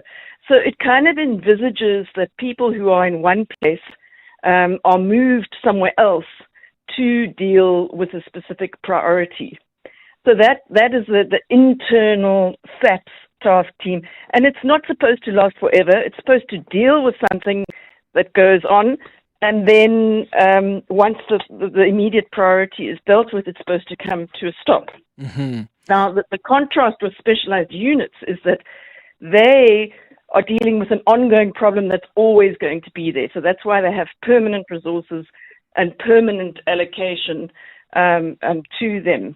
So what it signals to me is when there's a task team within the SAPS, it means that there's a temporary a problem that is happening that the SAPS thinks it will be able to deal with in a relatively short time if it focuses resources onto it. Yeah. So that's what it signals. So when we're talking about interagency task teams, that signals that there's some kind of problem with the cooperation between the agencies, that they are not working adequately together on the particular problem, and that there needs to be cooperation. So to make sure that I understand you, these task teams then, what are they able to achieve that existing structures supposedly cannot? And when you put together these task teams, aren't you then taking resources away from other priorities? In other words, if you're saying, oh, you captain, you detective, come from part of this task team that's looking at referrals from the Madlanga Commission's interim report. I mean, these are people who probably still had other matters on their desks. So they have to what? They pause those, or do they hand them over to their colleagues so that all their energy can be dedicated to this task team? Because a lot of them often have timelines. Yes, I mean, that's an extremely good question. The answer is, I think it depends. We have some very senior people that are allocated to task teams in terms of the structure that we saw in some of the documentation in the Madlanga Commission.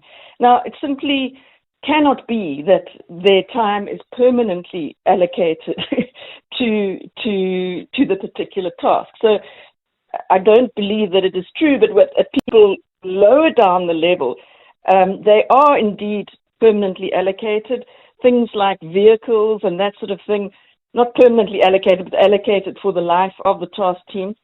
things like vehicles, for example, we saw the political killings task team, some 30 vehicles were taken from police stations in KwaZulu-Natal and allocated to the political killings task team for the time of its existence. So you are absolutely correct. But the problem with task teams is it is a form of prioritization, and it's taking away from the existing structures that are out there. And it means that by design, that they will be under-resourced for the time of the existence of the task team. And that's just an inevitability, which is a contrast with a specialized unit where you have posts established and you're recognizing that this is an ongoing need that needs to exist. The difference with a specialized unit is they don't have that additional budget. So they don't get all the perks of the overtime and the accommodation, et cetera, et cetera. So that's the kind of difference. And what's really concerning when it comes to SAPs is I've looked at the annual reports. Nowhere do they discuss the task teams and how much is spent on them. It's not transparently done at all. And that is a real problem. There is a line item in the total budget of the annual reports which talks about 9 billion, which is notionally allocated to the top 8 people in the SAPs. Now, obviously, they're not all earning over R1 billion each, and I'm guessing that is where the money for these kinds of task team additional expenses comes from. But that is a significant amount of money. I mean, we could increase our detective service by a third if we could use that money to boost our detective service. And so it is a very real question that people should be asking about whether this serves us or not. So what's best to do then, in your view, is take the money that you often allocate to these task teams to boost the capacity that you already have. Is that better? Because then when you boost capacity, then you don't need to worry about, let me get a team that then is able to prioritize this. When you've got capacity, you are able to, really focus on the different aspects. Yes, and that is the sort of the tightrope that the state has been walking, is that there's been a deterioration in performance generally of all elements of the criminal justice system. We can see it in the number of convictions coming through. Since 2005, we used to enroll about 1 million cases. Now we're looking at about 300,000 cases. So that's a huge reduction of just enrolling. And then when we look at convictions, it's also reduced from about 400,000 to under 100,000. So we've seen a general deterioration of the system. So this leads to the temptation when there is something politically important or important to the public. Okay, we must put all our resources there and deal with it, because in the ordinary course, it's not going to be dealt with. That's the problem. So there needs to be a long-term plan to strengthen the criminal justice system as a whole, and there needs to be far, far more transparency around the expenditure on these task teams. Okay. So I've always wondered, Dr. Redpath, if these task teams, like take the Madlanga Commission task team, for instance, or this task team that's investigating some of these people that were referred by the Madlanga Commission for investigation, do they actually get extra powers or some extra, I don't want to call it favor, and I'm asking it in the context of the kind of black backlog that already exists within the system. So if they're investigating and they need to send, I don't know, guns for testing, or they need to send fingerprints for testing, can they say, look, we are a task team that has got this timeline, therefore we need you to prioritize us? If there's any other detective that was waiting for their tests on the guns they sent, put that aside. This has to be prioritized. Like, is that the kind of grace that's extended to them? So I think that depends. Everyone wants their matter to be prioritized. So they will certainly have an argument to say this must be prioritized, but it will depend on the person in charge of that particular function, whether they honor that prioritization or not. What they do get is more money. So even this task team to investigate the people who've been mentioned so far in the Madlanga Commission, even they're getting 5 million extra. Now, they're already employed by SAPS. They already have a job. They already are, that is already their job to investigate or to deal with crime. And now, I don't see what the extra 5 million is for. It's concerning the way money just gets handed out whenever a task team is created. So that in itself is a problem. Plus, having SAPS investigate itself is deeply concerning. We have IPA, the Independent Policing Investigative Directorate. They have the mandate to investigate systemic corruption. Yeah. We have the Investigating Directorate Against Corruption in the NPA. They have the mandate to investigate and prosecute matters arising out of commissions of inquiry. So it really is curious that these two other independent outside entities who could have been tasked with this were overlooked in favor of the SAPS investigating people within its own ranks, which is not best practice at all. Yeah. So from the evidence available and from what you've looked at, do you think our criminal justice task teams have delivered measurable success? So when you look at some of the task teams that have been established, the priorities they have there been successes there? Well, I think the short answer is, in the short term, yes. But the longer they exist, when you look at the amount of money put in and what you get out, that is where the question comes in. Have they given value for money? And that is a difficult question to answer, because many cases are still pending in the courts, which in itself is a red flag. It says to you, well, they haven't managed to resolve it quickly enough. So yes, task teams can be successful. They can, with their additional resources and with their focus, do well. But is it worth a fraction of all the money that we have for policing to put it all on that particular priority? Now, that's actually a political question. It's the politicians who have to decide, is this our priority? We have certain priorities at the moment: gender-based violence, political killings, etc., etc. These are the priorities of government. That's what they're saying. Yeah. When they have a task team, this is a priority. And we have to ask, is that an appropriate priority? Do we think that is the right priority? When, so many other, we have so much crime in South Africa, and wouldn't we rather have our detective service functioning properly? The number of detectives has dropped by a third over 10 years. So, of course, we're not receiving the service that we used to receive. And we could have a much better detective service if that money went elsewhere. And so these are the trade-offs that are being made when we have something like a task team. We're prioritizing a small number of particular offenses. For example, the illicit mining task team. You can see in the provinces bordering on those areas, the courts are now being flooded with illicit mining cases, and all the other cases are taking a back seat. Is that what we as citizens want? Do we think that is a priority? And we have to signal to the political leaders if we don't think that's what we want.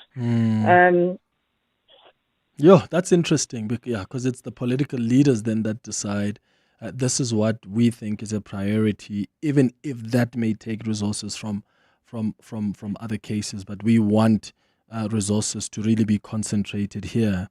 Do you think there's sufficient public reporting though on their budgets, on the staffing, on outcomes as well? Because a lot of people do wonder if these task teams often improve conviction rates, or if it's just like it's because sometimes politicians will make announcements on political parties just so that they're seen to be taking an issue seriously, and then you don't hear much from that task team, and then years later you don't know how much was spent on them, how it was staffed, what have been the outcomes, etc.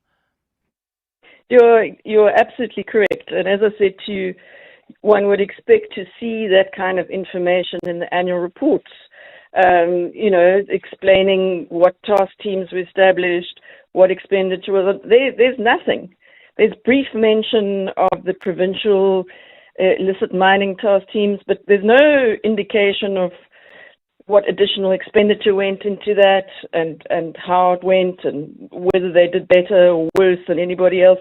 There really is very, very little transparency. And if we think of the anti-corruption task team in 2010, I mean, that is an overarching inter-institutional, so with the Hawks, the MPA, et cetera. They started in 2010, and when did we have our worst corruption? During the 2010s. And so it's almost certainly that inter-institutional task team did not succeed on the number one thing, not just convictions, but on deterring corruption, because the point of convictions is to remove, if they are very violent offenders, to remove those people from society by incarcerating them, but also to send a message to society that this behavior will not be tolerated and there will be consequences. But that accountability is just disappearing from our criminal justice system. The system is not giving out those signals saying, if you do X, Y, and Z, there will be consequences. The system is failing to do that. And so we see what we are seeing, a proliferation of crime, because people think they can get away with it. And by and large, they can. They can get away with it. Sure.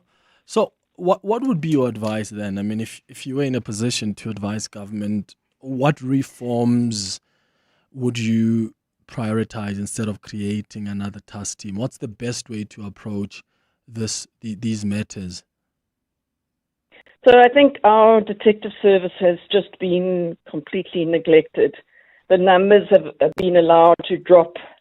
We need to target highly educated people. We need to train them in a systematic way. At the moment, most detectives are just trained on the job. There needs to be much more focus on a properly functioning detective service, and if that entails doing away with that 8 billion for a year or two, it's an investment. We just need to do it for a couple of years. Put that investment into building up our detective service, and that will make such a difference.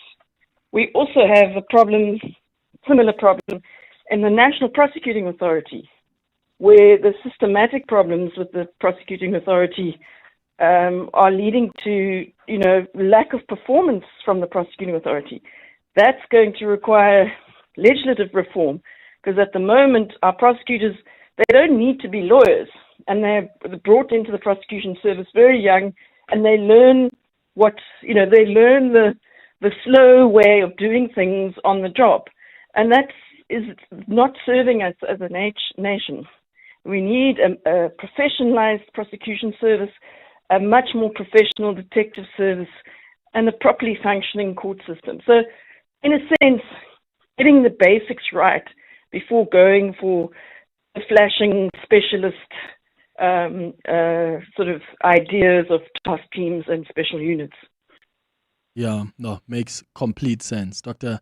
Jean Redpath, thank you so much for guiding us through this conversation. She's a senior researcher at the Dala Omar Institute at the University of the Western Cape. It's an important conversation to have because often when South Africans hear that a new task team has been formed to deal with crime, some, yes, feel a bit reassured, but there are others that are more skeptical because you don't really know what's going to be the outcome of the task team. Are we going to see improved conviction? How much money is being spent on the task team, and what's really the outcome? At the core of it, as Dr. Redpath says, is resources do get taken away from other priorities. So it depends on the politicians themselves. What are they prioritizing? And what do they think requires resources to be concentrated in one team. So there you have it. Maybe next time when they announce the task team, we should ask some serious questions about what happens to some of the cases that some of these officials who are brought into these teams, some of the cases they were working on. It's 11:30. Bali Lameni has the latest in Eyewitness News headlines. Good morning. Thanks, Clement. A very good morning. The Free State High Court has ruled that former Premier Ace Magashule's ex-personal assistant, Morwadi Cholota, will stand trial in the multi-million rand asbestos corruption case. The highly anticipated judgment follows months of legal wrangling in what's become a drawn-out corruption case. The case involves Magashule, controversial businessman Edwin Sodi, and other former Free State government officials. Cholota was extradited from the United States in 2024, where she was studying. The People's Water Forum wants government to declare a national disaster on the country's persistent water challenges. The forum, which is made up of several civil society groups, held a media briefing today at Constitution Hill in Johannesburg. It follows the recent water outages in many parts of Johannesburg, which have seen some areas go for weeks without running water from their taps. And Bridgetown residents in Athlone in Cape Town are gripped in fear after a month-old baby was shot dead in the gang-riddled area last night. Police say the infant and 2 women were fatally wounded in that shooting, while 2 others were injured and are being treated in hospital. The shooting comes just days before the imminent deployment of the SANDF to gang-ravaged areas in the Western Cape, Gauteng and the Eastern Cape. Well, those are the headlines. This EWN and more at midday or as it happens. EWN Traffic. Travelling in Bedfordview, we still have got delays on the N3 North. An accident reported along this route is causing about a 30-minute hold-up. Please be on the lookout there. While travelling on the Mike 1 North, those roadworks are still there, causing delays between Glenhove Road and Corlett Drive. There's also queuing traffic heading towards Parktown on the M1 North between the Car Street exit and Empire Road, as well as the southerly direction from Houghton Drive towards Empire Road as well. Then if you are heading towards the city of Tshwane, be on the lookout for a slight backup on the R21 North approaching Olifantsfontein Road, and there's also a bit of issues reported along the N12 West towards the Gululis interchange coming out of Edenville Road. Do expect about a 10-minute hold up there. More updates at the top of the hour. Stay tuned. There's more EWN on air, online, and on the EWN app. The Sharing Space On the Clement Manyathela Show. 702. 11:32 and time for the sharing space. So this is where we share our stories about a number, whatever you want to share it with us, like a number of things that happen in our lives, in our families, at work, anything you think you want to share with our family here on the CM Show. You can send me an email and on cm@702.co.za.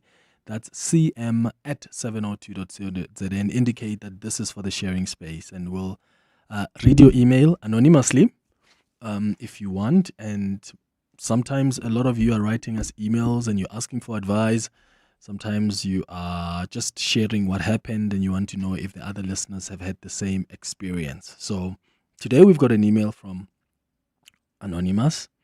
I'm going to read it. Anonymous, you know yourself. I hope you are listening so you can get some advice if that's what you're asking for. It reads thus. Good morning, team and Clement. I hope you're well. Please keep me anonymous. My story is as follows. I met a man at a grocery store 2 months back. He's quite nice and I fell for him. He told me he's single, that he broke up with his baby mama a few weeks ago. Okay, we dated and had sex. One night I was telling him about my family history. He then said to me, "Do you know a woman named Winnie?" I said no. And then he asked me about my family, and he said, "You are actually related to my ex." And I started to realize that my grandmother and Winnie's grandfather are siblings. So they share a mom and a dad. So her dad is basically my uncle. I know her dad. I've seen him when I was young, but I don't know her, Winnie that is. Now I feel bad since she's constantly begging him to take her back. I feel so bad. What can I do? I'm in love with this man and he is in love with me too. My uncles are not visiting us and did not come to my mom's funeral. That's the reason I don't know her, and I don't even know which uncle since there are a few. Should I let him go or stay in this relationship? I would like some advice from the 702 family. Okay. All right, I'm going to try and, in bullet points again, explain what I have just understood from this email in case you're a little bit confused. And then you can give this listener, Anonymous, some advice. So Anonymous met someone 3 months ago, 2 months back at a grocery store. They're dating. They've been intimate already. And while they were chilling, this guy then says to Anonymous, my ex is actually related to you. And then Anonymous was like, oh, I didn't realize. And then the ex then tells Anonymous, oh, do you know Winnie? And then Anonymous is like, oh, actually, yeah, my grandmother and her grandfather are siblings. So they share mom and dad.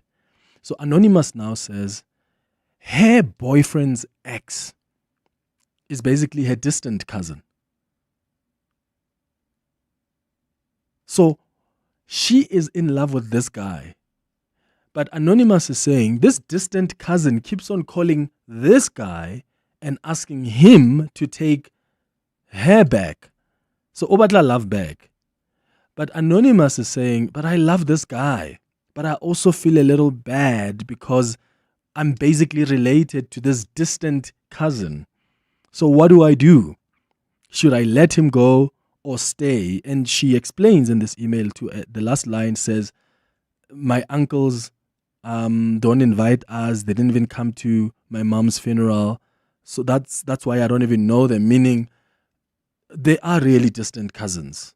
I mean, even Winnie's, the boyfriend's ex's parents have not really come to Anonymous's house, which means they are really distant cousins. Otherwise, at least the parents would have been there, or she would have come across this Winnie character at some point.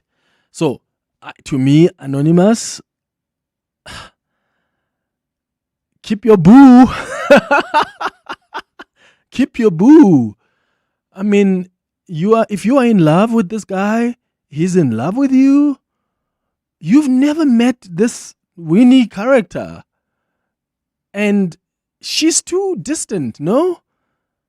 That would be my advice. I don't know what your advice is. Also, I don't know what the family code is, right?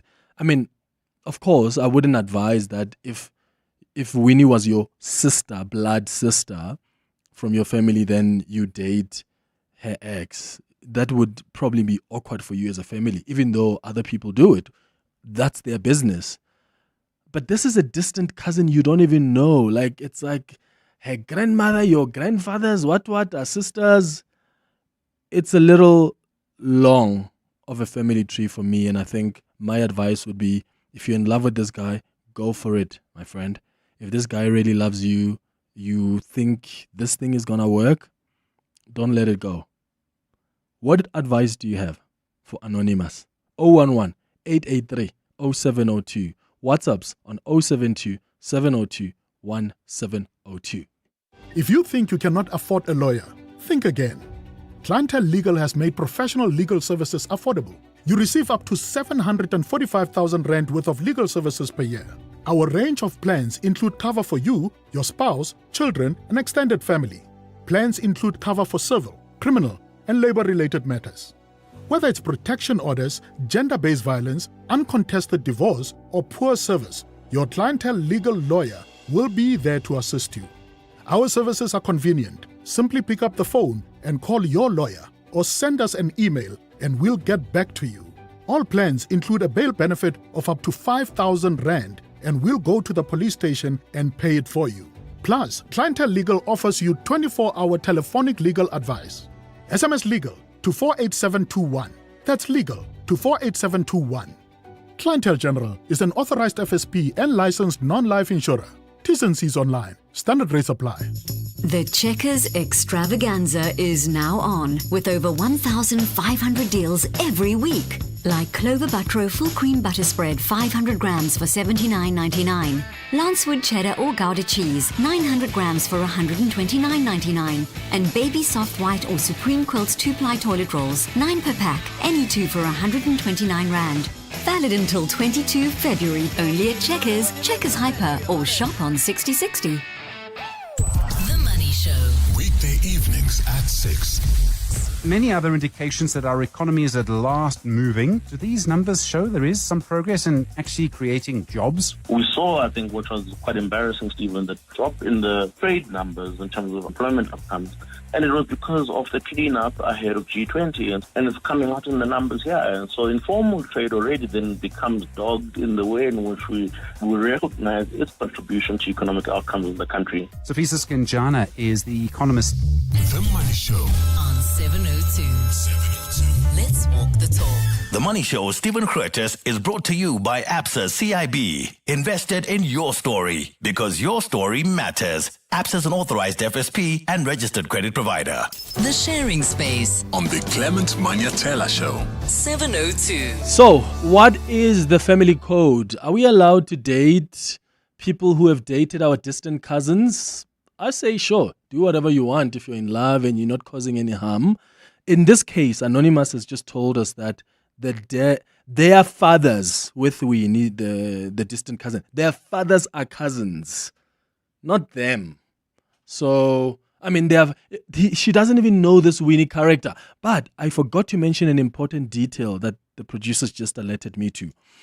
The first line says, this man, when I met him, he told me he broke up with his baby mama a few weeks ago. So that means this guy has a baby with this distant cousin. And I don't know if that adds a dynamic now that changes Anonymous's view or not, but I just think it's too far. It's too far. If you and Winnie were cousins, then I would say maybe no, don't think about it. But it's your parents that are cousins, and you're in love. You know how difficult it is out there to find love? So that's why I'm saying go for it, my friend. Hoverson, you're in Pretoria. Good morning. Morning, Clement. It's I beg to differ with you. I think there is nothing called as a too far cousin. Mm-hmm. I mean, if you are born from a royal family, and then after 20, 30 years or 50 years of decades, doesn't mean that now we are no longer having a royal family blood. Mm-hmm. It doesn't work like that. I think the guy is a professional. I don't want to say scam or what, but she came to the girl knowing that they are cousins. Yeah, and because so, he's the one that actually raised it with her. Yeah, so he knew what to say to the girl. He knew the weak points of the girl.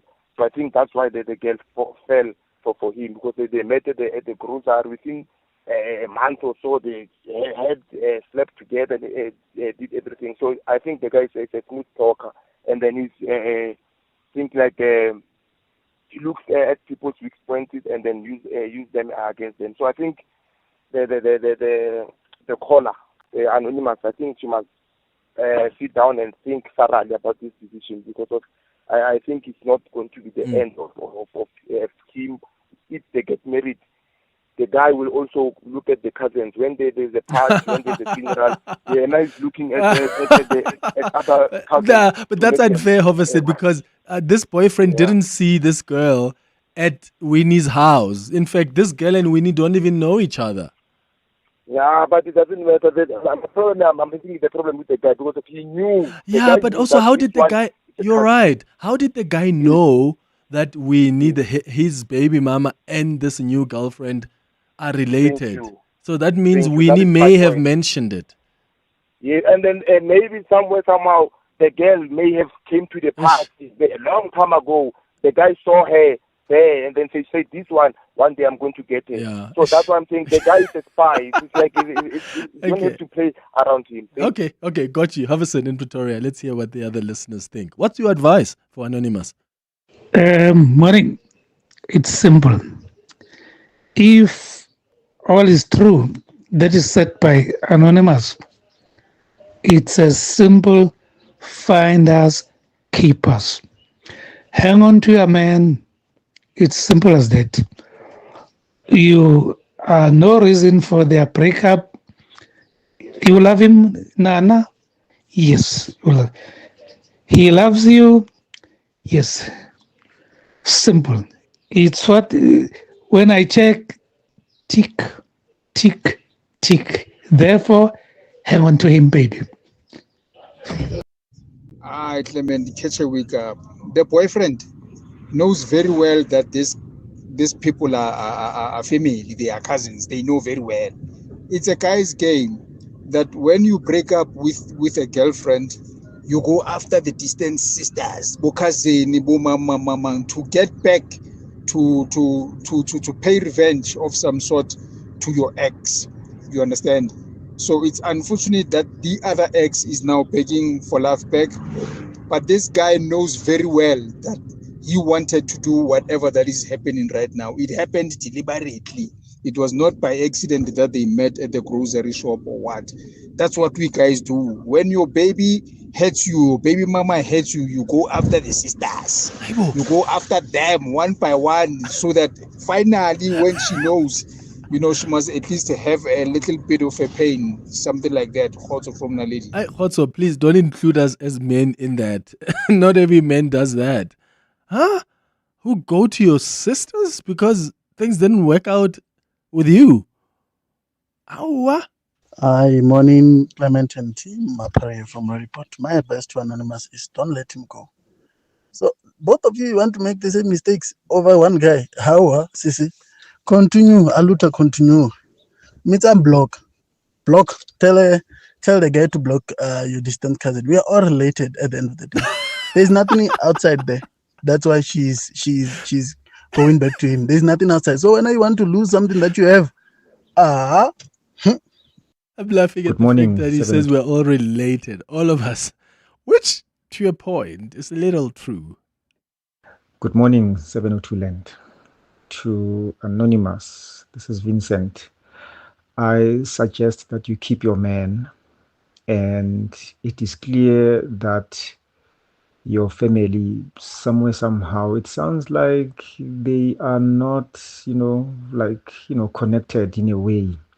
It sounds like they are not one family. It sounds like, there is some probably animosity in between. Why I'm saying so? Because they did not even come to your mother's funeral. The uncles, that's their sister, So it doesn't really make sense. And it's clear that you don't know Winnie, you don't know any of the family member. So why cry about something that you don't know? Keep your man. Thank you. Yeah. Just to clarify again, guys, remember, their fathers are not uncles. So Anonymous and Winnie have parents. Their parents are cousins, right? Because, so Anonymous and Winnie, Anonymous and Winnie's grandparents are sisters. So Winnie's grandmother and Anonymous's grandfather are brother and sister. And then they had children. And then those children then gave birth to Winnie and Anonymous. So Winnie and Anonymous are not direct cousins. They are distant cousins. In fact, their parents are the ones that are cousins. But they didn't even come to Anonymous's mom's funeral. So that shows you it's not really that close of a family. So why must Anonymous now make that consideration? Huh? More of your calls and WhatsApps after the break. It's 11 before 12. Bongani Bingwa, 702 Breakfast. Weekday mornings, 6 to 9. Just give us a sense of where we are with this foot and mouth disease outbreak. How serious are things at the moment? It's far greater than what we've ever experienced in the history. I had a look. I think the first outbreak in South Africa was 1904. What does it actually mean in terms of the affected animals? The moment that I break on my farm, there's a restriction of movement on my farm. So I can't sell, I can't move my animals. It can be up to 12 months. What does it mean for consumers? There's nothing wrong with red meat in South Africa to consume. We have of the best meat in the world. Johan Kotsep. Bongani Bingwa, 6 to 9. On 702. The pain of losing a loved one is never easy. It will leave you feeling overwhelmed. At Clientele, we understand that burying loved ones with dignity truly matters. Our funeral plans pay out cash within just 24 hours, and you receive 200 Rand airtime when you claim to make those important calls. Plus, we cover up to 13 people on one plan. SMS funeral to 31586. That's 31586. Clientele Life is an authorized FSP and licensed life insurer. T's and C's online. Standard rates apply. What better way to get the jewel started in 2026 than in the new Haval Jolian Pro? Turn heads with next level design, plus tech features like a 12.3-inch infotainment touchscreen and a panoramic sunroof. Available from only 4,799 Rand per month. Visit gwm.co.za for T's and C's and to book a test drive. GWM. Go with more. Brought to you by GWM Finance, a division of Westbank, an authorized financial services and registered credit provider. John Perlman. Weekday afternoons. 3 to 6. Who owns this land? I've heard it referred to as private land. I've heard it referred to as municipal land. Have you got some clarity you can share? We did, in fact, John. It's a kraal about the size of 2 football fields. It's quite large. We're able to get more information, at least from the municipality, that is council land. Nobody owns that land. And in fact, council had said this is illegal because it is happening on our land. So the resolution that they took, John, the Metro Police descended on that piece of land. John Perlman. 3 to 6 on 702. 702 Afternoon Drive with John Perlman is proudly brought to you by Telkom Business. Possible begins here. The Sharing Space On the Clement Manyathela Show. 702. 9 minutes before 12 o'clock. Leshagonola, you're calling from Ramsach. Good morning. Morning, Clement. It's Ada. Sure. Hey, you know what? From my side, Anonymous mentioned that when she met the guy mentioned that he had just broken up with the ex, with the baby mama. Few weeks ago, we need to underline that, few weeks ago, right? That is still very much fresh. And also, we don't know how long the relationship was with the guy and the baby mama. You know, you don't just break up with someone that you're sharing a baby with and you forget about them just like that within a few weeks. There is a huge chance that the guy may still go back to the baby mama, depending on what led to the breakup, depending on how strong the relationship and committed was, and how long the relationship was. So already, the guy, there's no way that the guy can just be in love with somebody else when he has just broken up with the mother of his child a few weeks ago. In closing, another thing is, if they continue dating, obviously there's going to be co-parenting between the guy and the baby mama, right? Which is now we need a cousin of Anonymous. How will that work out when now things are so serious between the guy and Anonymous? Now the child has to come. It's just going to cause a lot of unnecessary things. I mean, there's too many guys if she's in Gauteng, she must just move on. Okay, too many guys. She must go join a running club. Yeah, okay, let's go in Ramsach. Lerato, you're in the Johannesburg CBD. Hi. Hi, Clement. How are you? Sharp, how's it? I'm good, thanks. I say she should just keep it moving. Yeah. She met this guy independently. It's not like they met through the cousin or she saw the guy with the cousin. It just happened to be a coincidence. Yes. The universe conspired and now they're together. But like the previous call, I think where she should err on caution is the fact that he did recently just break up with this baby mama, and he's freshly out of a relationship. So he might not be as invested as she is in a relationship, or it might just be a start of a new relationship. But these are the gambles we take in any type of relationship, I guess. Exactly. At the beginning of the relationship, we just don't know. But I don't think she should use the relation as the reason to end the relationship with the relation with the ex-girlfriend, this cousin that she doesn't even know. I don't think she should use that as a determinant to break the relationship, but she should be cautious about him just coming out of a new relationship. Yes. No, true. Lerato in Johannesburg CBD, thank you. Hi, Clement. Good morning. I think Anonymous doesn't have any relationship with the cousin, and even the families don't have any sort of relationship. So my advice, let her keep the man, and nothing's going to happen because they don't know each other. Thanks, bye. Morning, Clement and 702 listeners. My name is Art from Pretoria. My advice to the lady is leave the guy. Don't continue with their relationship with the guy. The fact that now you know that his ex is your cousin, it gives you enough reason to stop. And you don't even know what was the cause of the breakup. Tomorrow it will be you crying, begging for him. So leave the guy.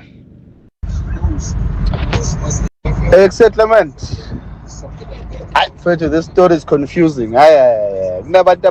Cousin, mother, malume, everywhere.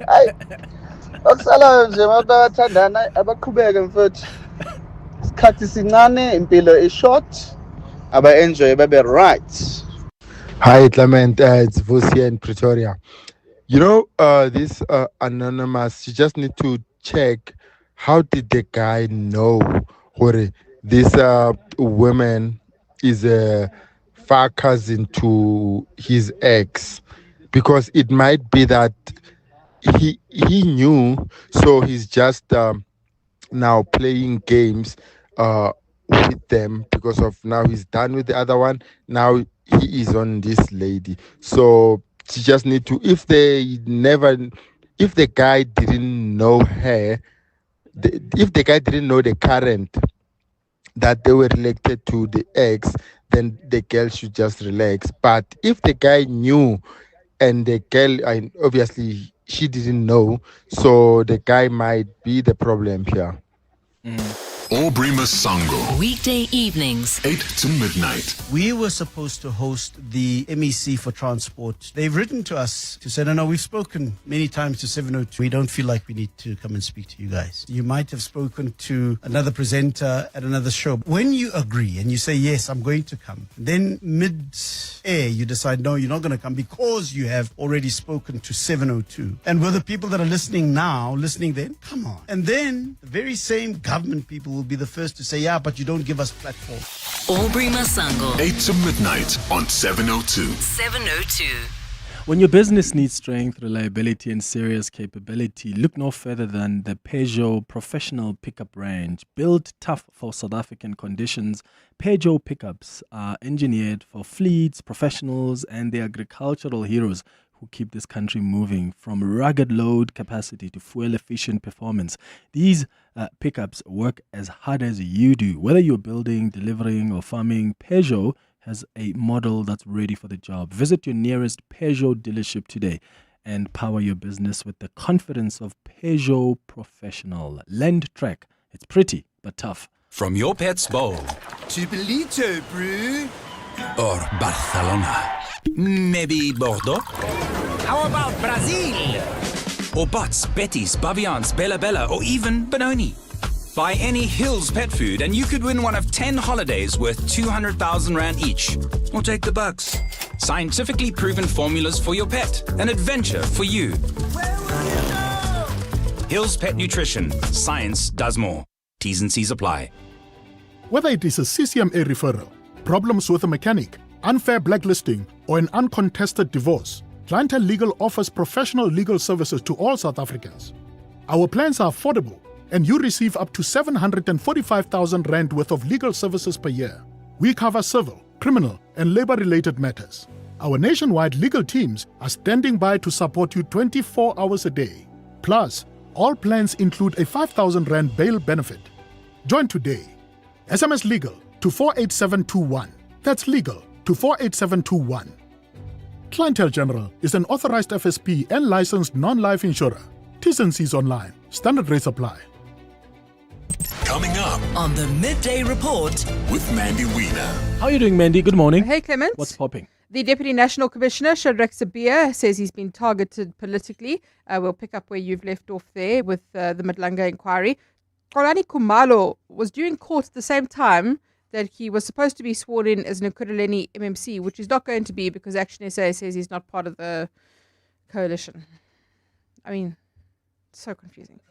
Ace Magashula's XPA stand trial in the asbestos matter after that ruling today. A fourth accused in court for the Uber driver's murder, and the People's Water Forum wants a national disaster to be declared. That's the Midday Report with Mandy Wiener. We're back with you tomorrow between 9 and 12. Thank you so much for listening to the show. And Anonymous, all the best with the decision you're going to take. Thank you for listening. Bye-bye. This is EWN. Good afternoon, I'm Bali Dlamini. We begin with news just in this hour. The EFF has pulled out of the ANC-led governing coalition in Ekurhuleni. That decision comes after last night's MMC reshuffle by Mayor Dr. Xhakaza. Xhakaza removed 2 EFF MMCs from his mayoral committee, leaving only 2 when the EFF